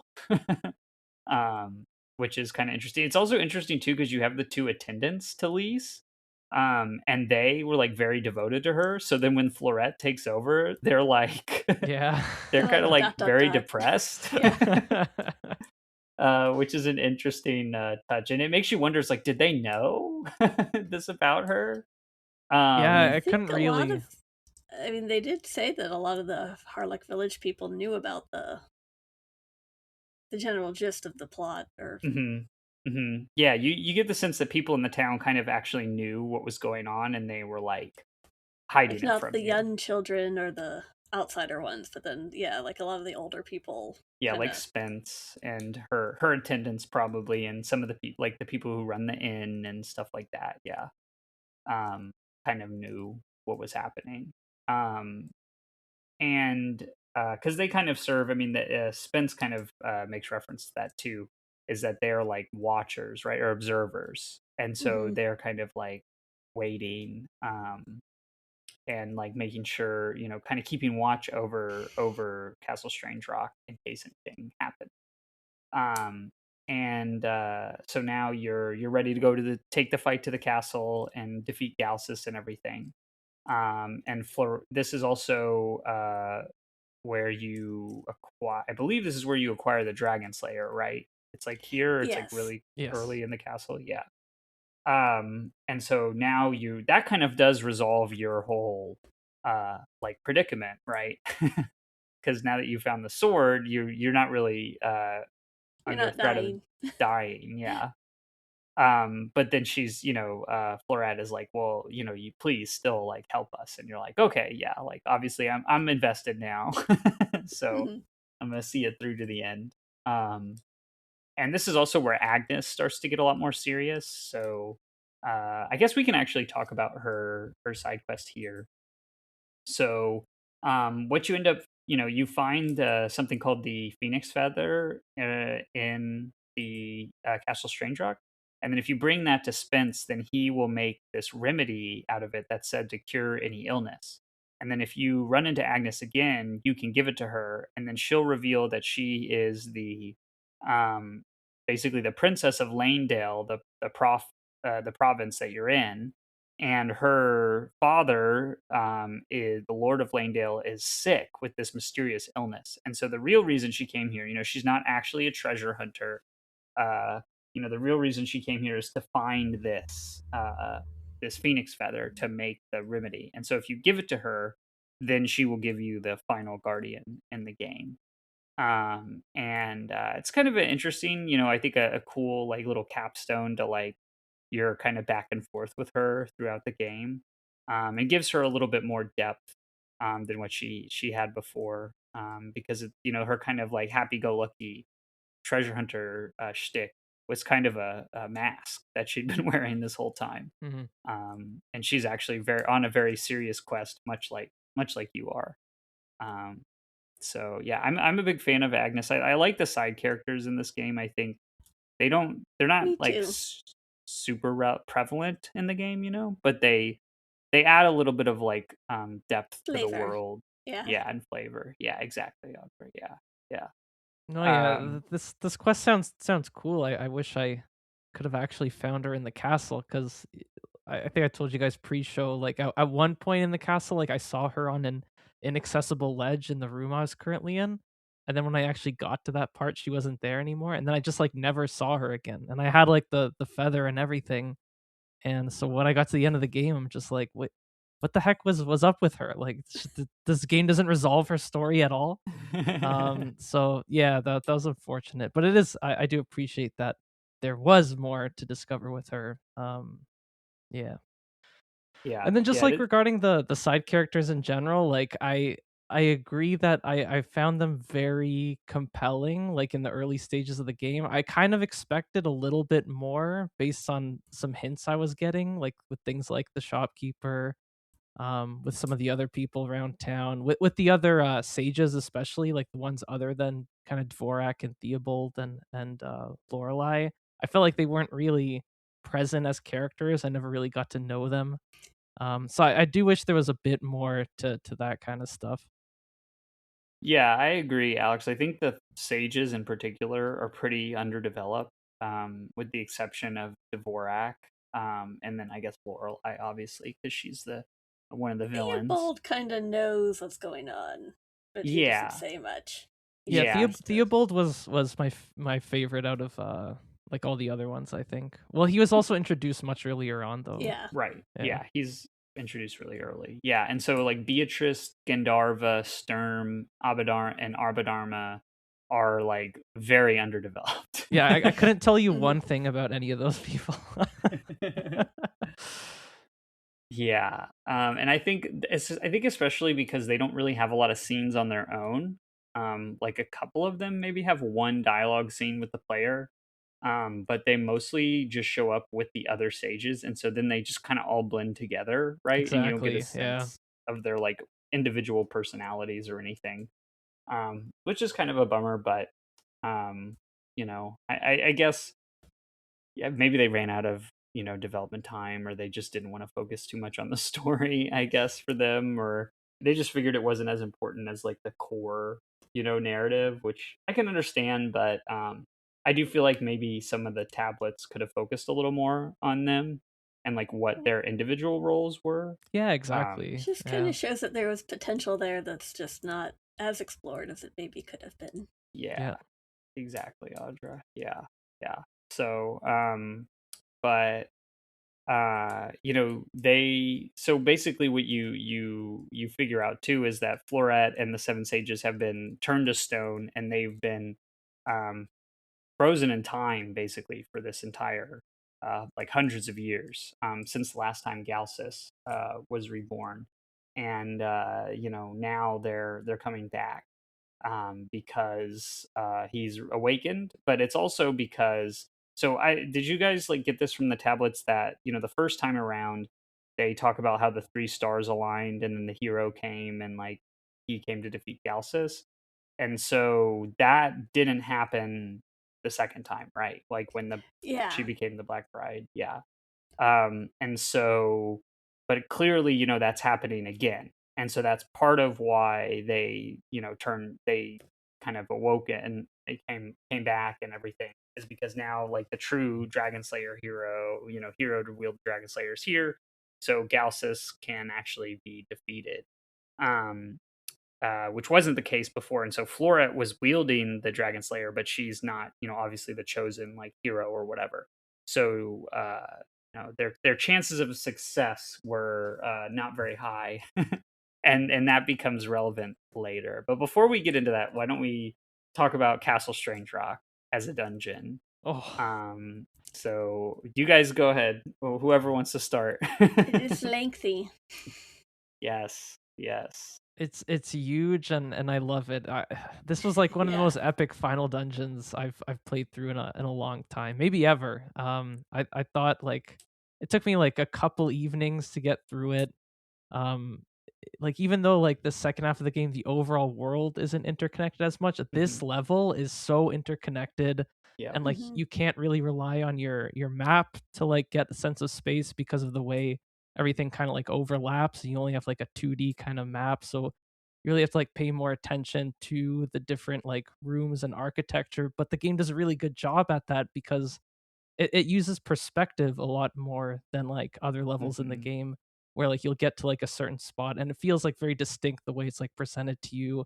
And like especially once you get to like the upper levels, like you'll get camera angles that show you like lower levels you came from, and you'll like go outside, and like that all like kind of loops around nicely. I Man, this was a great dungeon.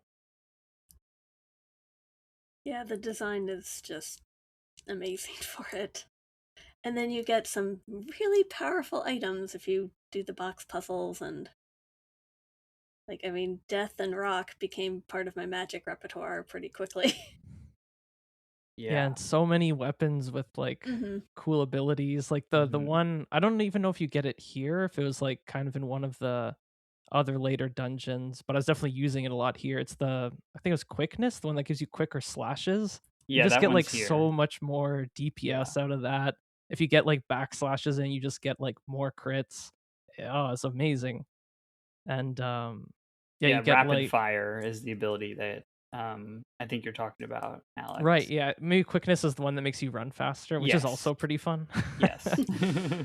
And yeah, this is where like you really if you do all the puzzles, you really like can max out kind of the magic you're using. And then even if you haven't leveled intelligence, which you shouldn't really, you still get like a lot of use out of it too.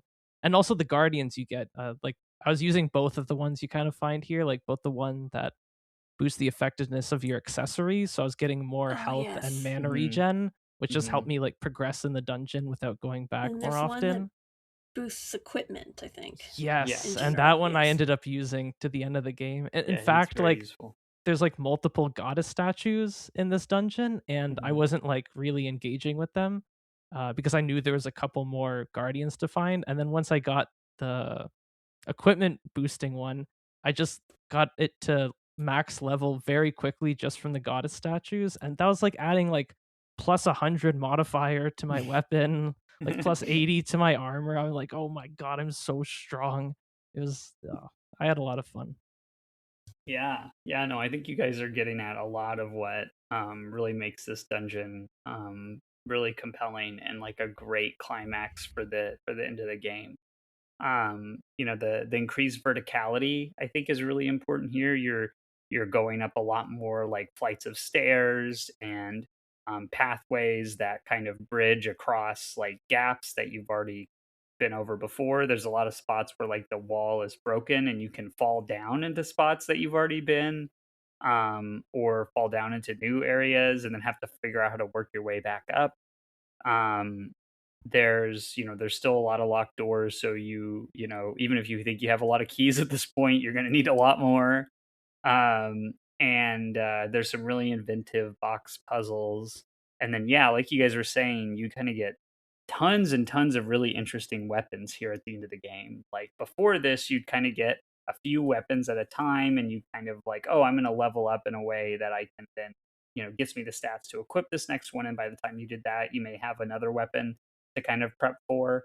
But here it's like, oh my god, now I have like five different weapons that I want to use, and I want to get the master the abilities on. But of course, there's so many enemies in this dungeon that there's plenty of opportunity to kind of level up your proficiencies. And there's some really interesting like this. They really start to throw big enemy groups at you here.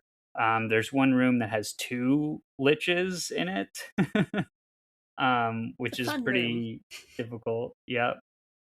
And there's they start introducing a lot of like groups of flying enemies as well, so where you have to like use spells or use certain melee abilities to kind of knock them down out of the air before you can really start attacking them. And yeah, I agree, I totally agree, like the ways that it takes you to the outside parts of the castle and then brings you back to the inside parts, and it really feels epic. Like there's that part where you're up near the top of the castle, and there's it's like the water is like going off of the side. Oh yeah. Do you guys know what I'm talking about? Yeah. Yeah, Yes. and then you like raise the gate and then the water goes out or whatever. Like that's such a cool area because you're like, oh my god, I'm so high up. Like you really get the sense of scale. And I think that it does a really good job of like making it feel really epic and impressive and imposing. And yeah, it's a huge, huge dungeon. Audra, I know, so this is a big thing with Falcom. Like they love to throw this really big multi-layered dungeon at you at the very end of the game. Yes. And I usually get annoyed with that in like Trails games because I'm like, I'm ready to see like the conclusion of the story. I Like, usually do too. So it actually this one was very kind of refreshing comparatively. I did hmm not have that sense at all with it. I was yeah, enjoying playing through it. yeah, I agree. I agree, Audra. I think this dungeon is excellent. I think it's like the high point of the game. And it kind of shows their like dungeon design chops here. Just very impressive that they're able to, like you were saying, Alex, the interconnectedness um, of the areas and everything looping back in on each other. You come back to that foyer um, with the staircases like multiple times Yeah. Oh yeah. from different angles when you open up different shortcuts and stuff, and that's it's really cool and satisfying. Or like there's that one time where you go, it's like near where the teleporting pedestal is, and then you do combat in this one area, and then like the a drawbridge kind of falls from the wall off to the side and then lands on the path, and it's like, oh my god, I was not expecting Yeah. that's where the path was going to come from. So yeah, there's a lot of like cool moments like that, and hidden secrets and stuff too. Like there's breakable walls here with Oh, stuff to find lots. behind them, and Hmm. invisible things. I will say there is one area where you're like you come in off a staircase and then it's just like suspended like platforms against the wall, and that's where you have to use like the boots to like kind of fall down onto different areas to get the chest, and that one is very frustrating.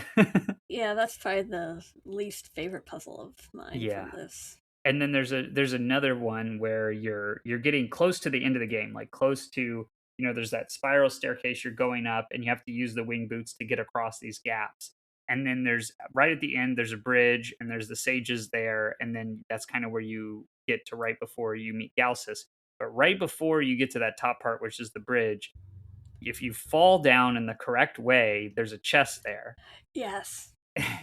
And And that you is need so that because I think it's a frustrating. lodestone, one of the lodestone keys or something. Yeah, it's like a super important item. And yeah, trying to get that thing. It took me multiple tries to like position myself properly and like make it across the gap. Oh, actually, Um I got that one no problem because really? you, yeah, because like I didn't even use the flying boots. I just took a running jump and I just landed right on the chest. Oh wow. Yeah. That's impressive. Well, yeah. Very much so. All It I took did me a was few all I did times was too. click. Don't praise me Yeah. too much. Yeah, maybe the wing boots actually kind of screw you up there. Maybe that's the key, is that you actually supposed to take them off for that for that point. I didn't think about that, but that might be, yeah, that's a good point. But yeah, so then once you get to the top, you kind of have your final, you confront Lee's, but it's kind of like not the confrontation that maybe you were expecting. She paralyzes all the sages in Floret, and then she's like, okay, like now you have to do your duty. Like Galsus is up there, and then you're kind of like, wait, what? I don't know if you guys thought like maybe you'd have to fight her. Yeah, I Um, assumed that. I Yeah. thought I had was going to, and then they kind of, and it's like, oh, they're postponing it for later, and then things happen. Yes. So then you fight Galsus, and um, he kind of gives away the game. He's basically like, oh, my bride is so clever. She like fooled even me, and like that's why she's Yeah, yeah. so perfect to be the bride. And you're like, wait, hold on a second here. And Because she set everything up. yes, yes. And so you fight Galsus. And what do you guys think of Galsus as a boss fight? He was challenging, but not. I mean, it took me a few times to beat him, but I didn't have too much trouble with him until I got to the second phase where he kind of where it's like a lot of the area effect stuff happens. Yeah, yeah, yeah. That's I think one of you guys mentioned like bullet hell earlier, and the second Hmm. phase of Galsus's boss fight is like very Oh, much like big bullet time. hell. Yeah. Yeah. Yeah, I wouldn't say I did a very good job at this fight, but at this point, I just had so many potions and like all of the elixirs in the game that it didn't Yes. matter. Like I was like in that second phase, I just like was just spamming potions and like dying and reviving, and I'm just like, man, I'm so bad at this right now. But because I had all these resources, I still got through it on my first try. I mean, I thought it was Yeah. clever that they had you try to set up to avoid like the laser targeting of the two statues, and then you had to always try to get really close up to the eye first. Oh yeah, in the second phase. Yeah, yeah, Hmm. yeah. And then there were like those skeletons like to deal with as well. Hmm. Like just so Yeah. many elements going on in the second phase. Yeah, like I kind of like tried to write out exactly what happens in the notes, and he's like, his first phase he like summons all the demons, and then he like flies around and shoots projectiles, and then there's like these pillars of like his fire breath that come down that you have to dodge, and then he lands and you have to like hit his feet, and that doesn't do very much damage, but it will make him like lower his head. That is where you really want to hit him. But then he also has these like magic balls around him, and Hmm. those will like attack you. So I have to So like you're dodge them while you're trying to hit his head. Yeah. Yeah, yeah. Though the good thing about you, it does make you use the Dragon Slayer in this fight because it's the only thing that'll Hmm. damage him. Mm. But the good thing is the skill that comes on the Dragon Slayer is like really powerful against his weak points. So you can once he like exposes a weak point, you can just like use that and you're like kind of charge up the attack, and then it'll do like almost all of his health in like one hit, um, which is kind of nice and does level the playing field a little bit. And then in the second phase, yeah, he summons like before it's the demon shooting fireballs at you, but then this time he summons these in each corner of the area. He summons these statues that you can't really do anything about, and then they shoot like tons of fireballs, and so you're And avoiding they have that, like and little then pinpoint lasers that mhm, if you get like caught in the middle of them, you're gonna yeah. be in a world of hurt. Yeah. Yep. And then like you were saying, Audra, like those lasers will last as long as his like core eyeball is exposed. And so if you don't get close enough, you kind of have to juke them out a little bit to like and then Hmm. like rush in to where his core is going to be exposed, or else they will block you. And so the Yeah. whole time he's like open, you can't actually hit him because the lasers are in the way.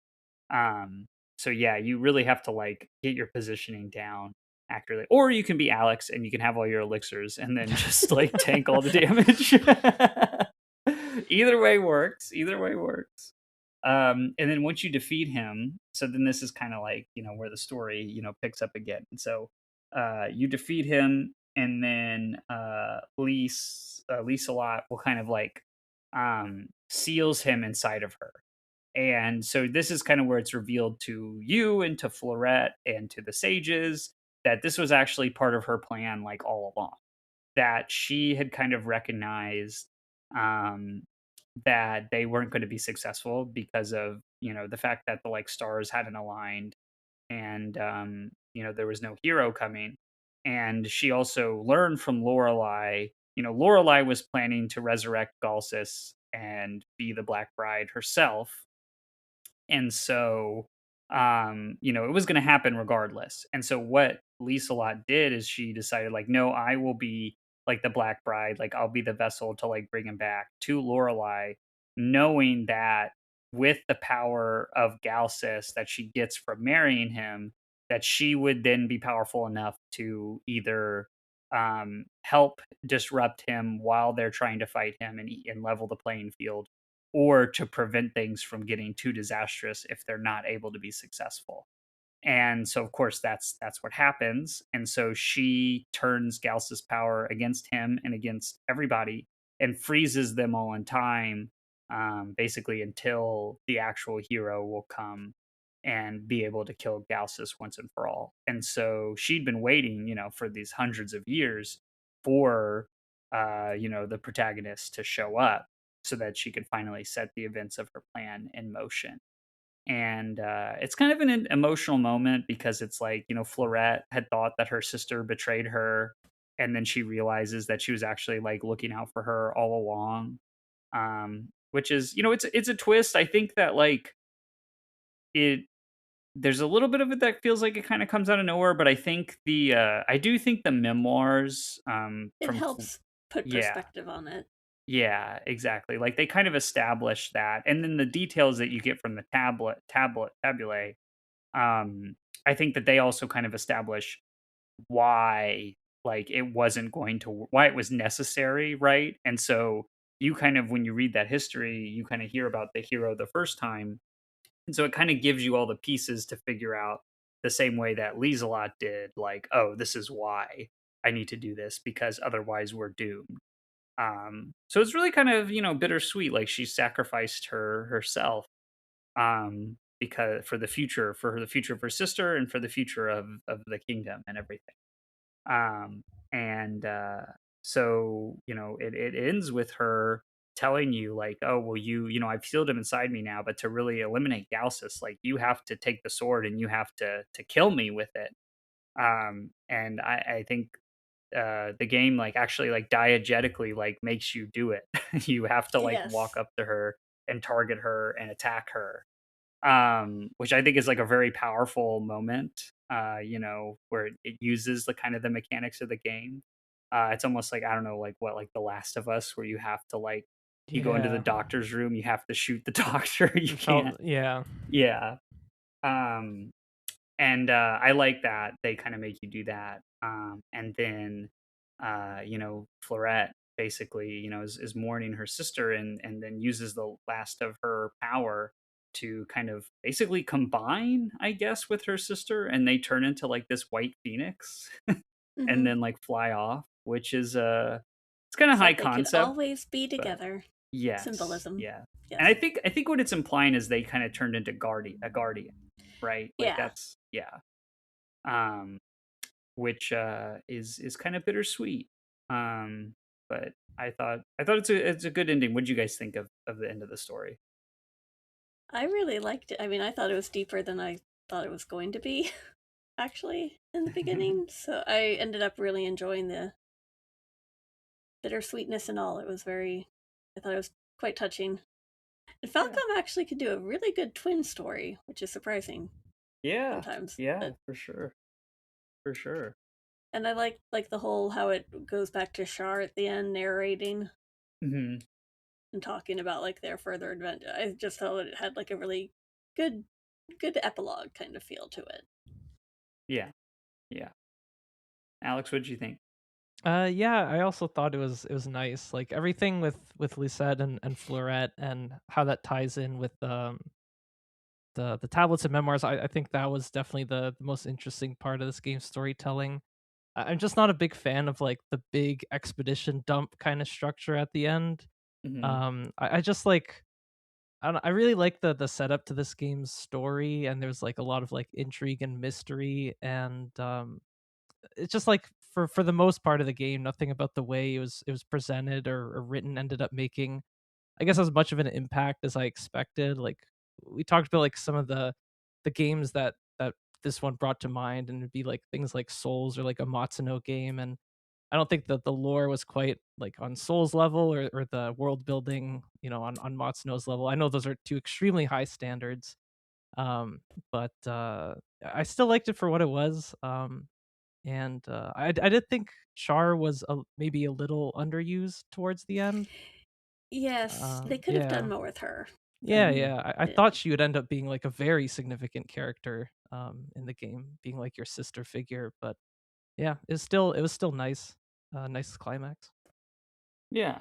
Yeah. No, I agree, Alex. I don't think it quite has the depth of some of the other games that we've mentioned over those last two episodes that are kind of remind that this game reminds us of. But I do think that it doesn't.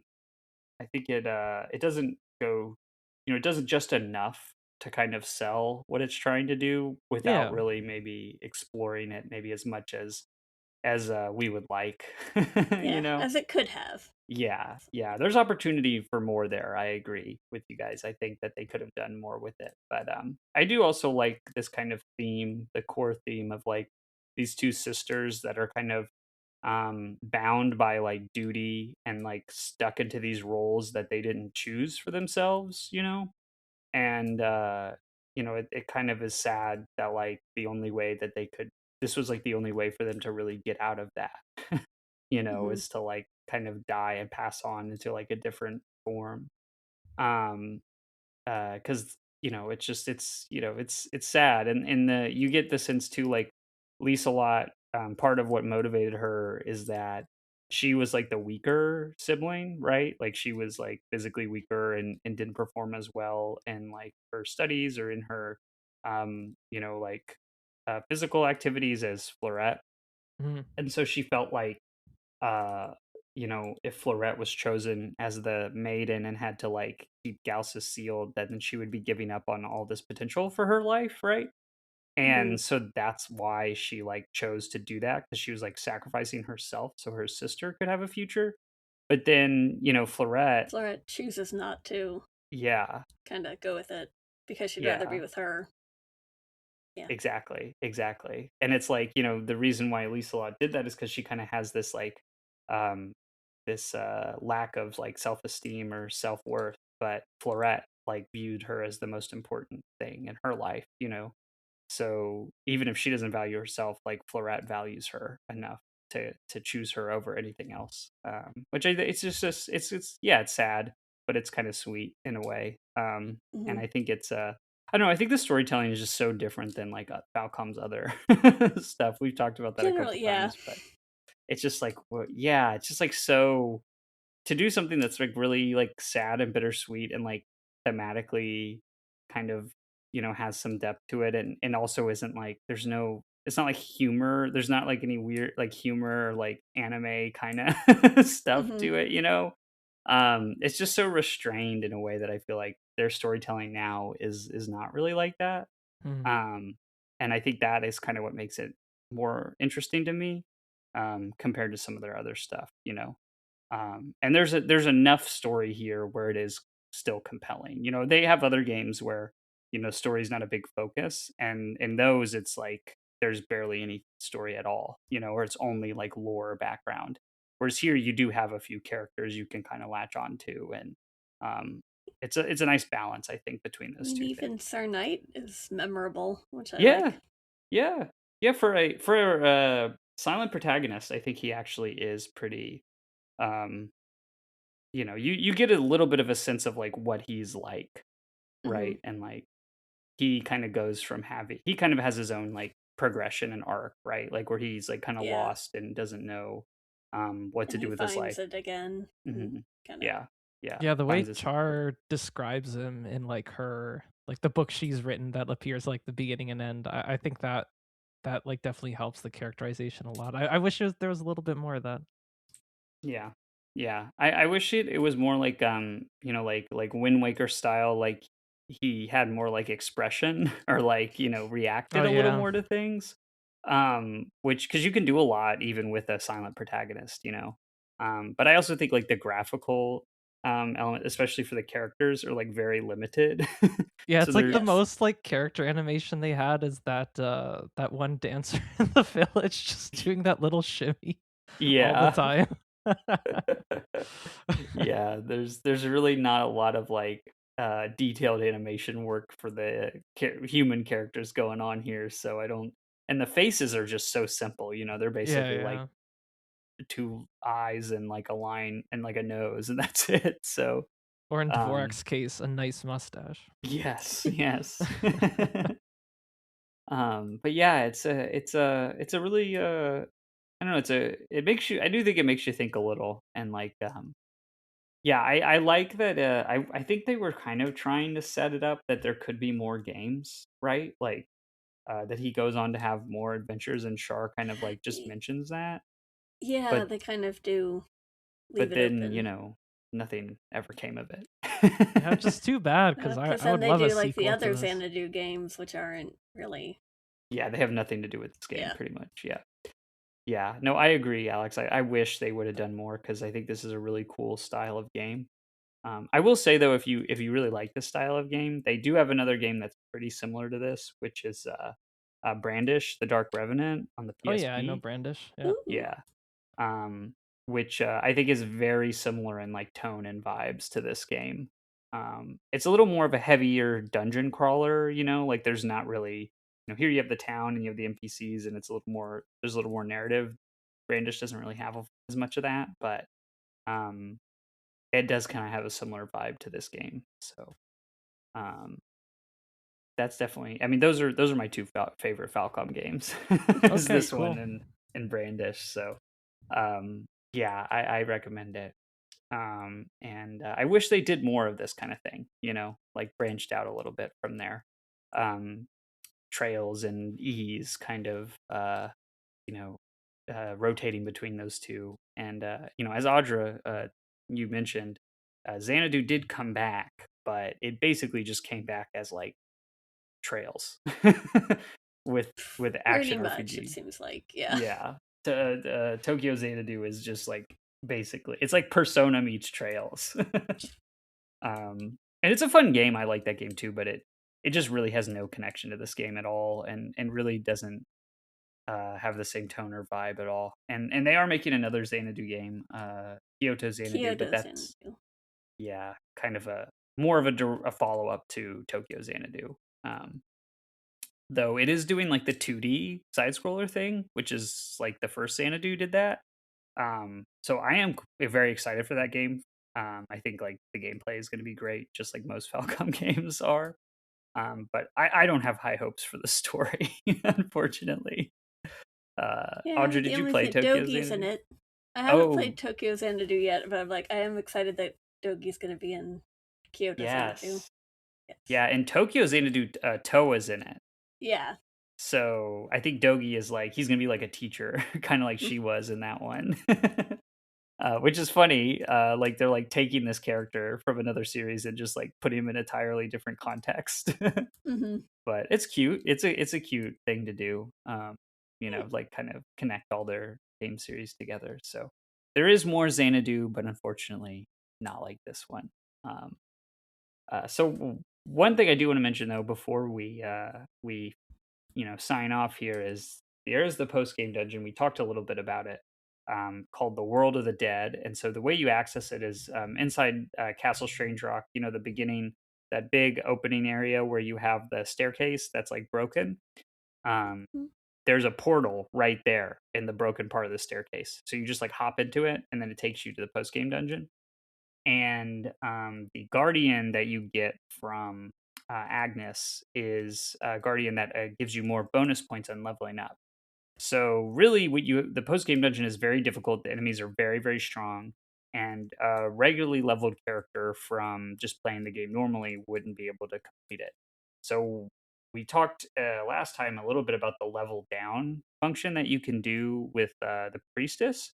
And there's no really any real reason to do it during the main game, but this is where it actually becomes very important. So you actually need to level down your character and then equip the guardian that gives you more bonus points on level up, and then re-level your character, and then that gives you enough bonus points to make your character strong enough to then take on the post game dungeon. So without doing that, you really can't uh, succeed in it. Um, so it is kind of like an ultimate challenge, and it does require a lot of like prep work and grinding. But it's there if you're really into the combat and you want to try it out.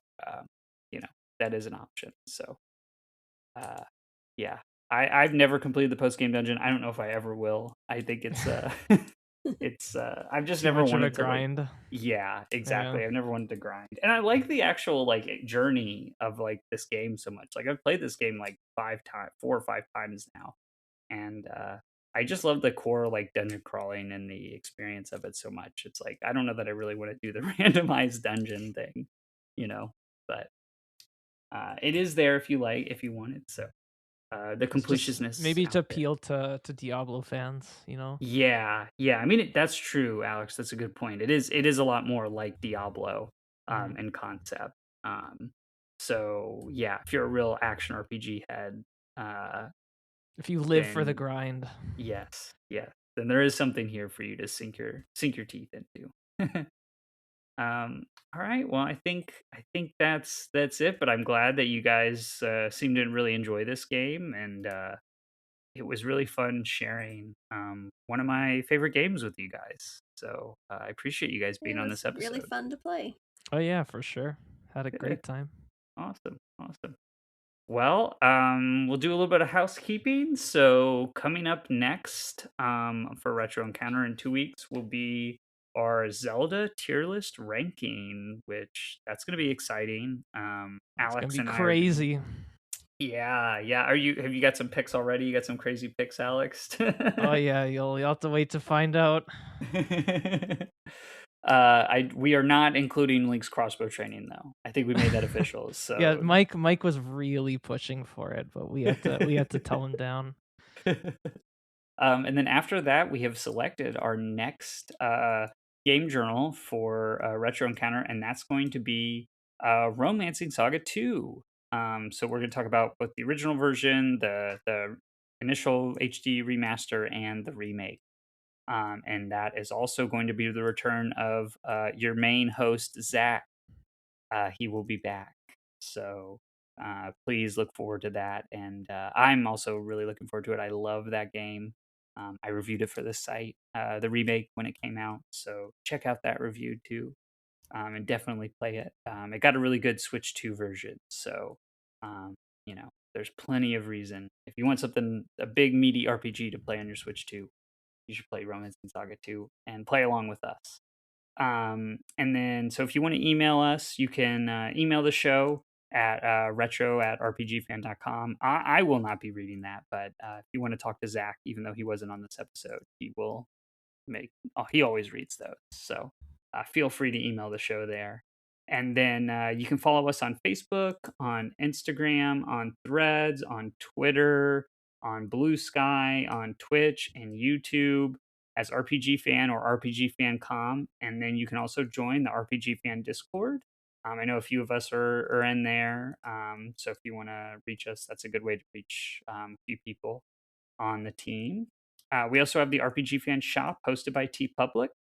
You find a link to that on the website. And then be sure to check out Random Encounter. I think the most recent episode of Random Encounter was our E3 kind of wrap up episode, or not really E3, I guess, but all the various shows, Summer Game Fest, the Nintendo Direct, the State of Play, Xbox Showcase, all that stuff. We talked about all of that with Jono, and that was great. And then I think that the most recent Rhythm Encounter is still the Music of the Year podcast, but definitely go give that a listen. And I know Mike is wanting to do another episode, so keep an eye out. I think there will be some new Rhythm Encounter soon. And then also, please review us on Apple Podcasts, YouTube, Spotify, wherever you listen to the show. We love feedback, especially if it's 5 stars. If it's not 5 stars, well, maybe don't give us feedback. I'm just kidding. You can leave lower, but please don't give us 1 star. Do it to another podcast. Yeah, exactly. If you really have to. And then I guess we'll cover where you can find us. So you can email me at benloganlove@gmail.com. And where can they find you, Audra? Audra B at rpgfan.com. All right, and Aleks? Aleks Franiczek at gmail.com. All right. Well, thank you, listeners, and good night and good luck.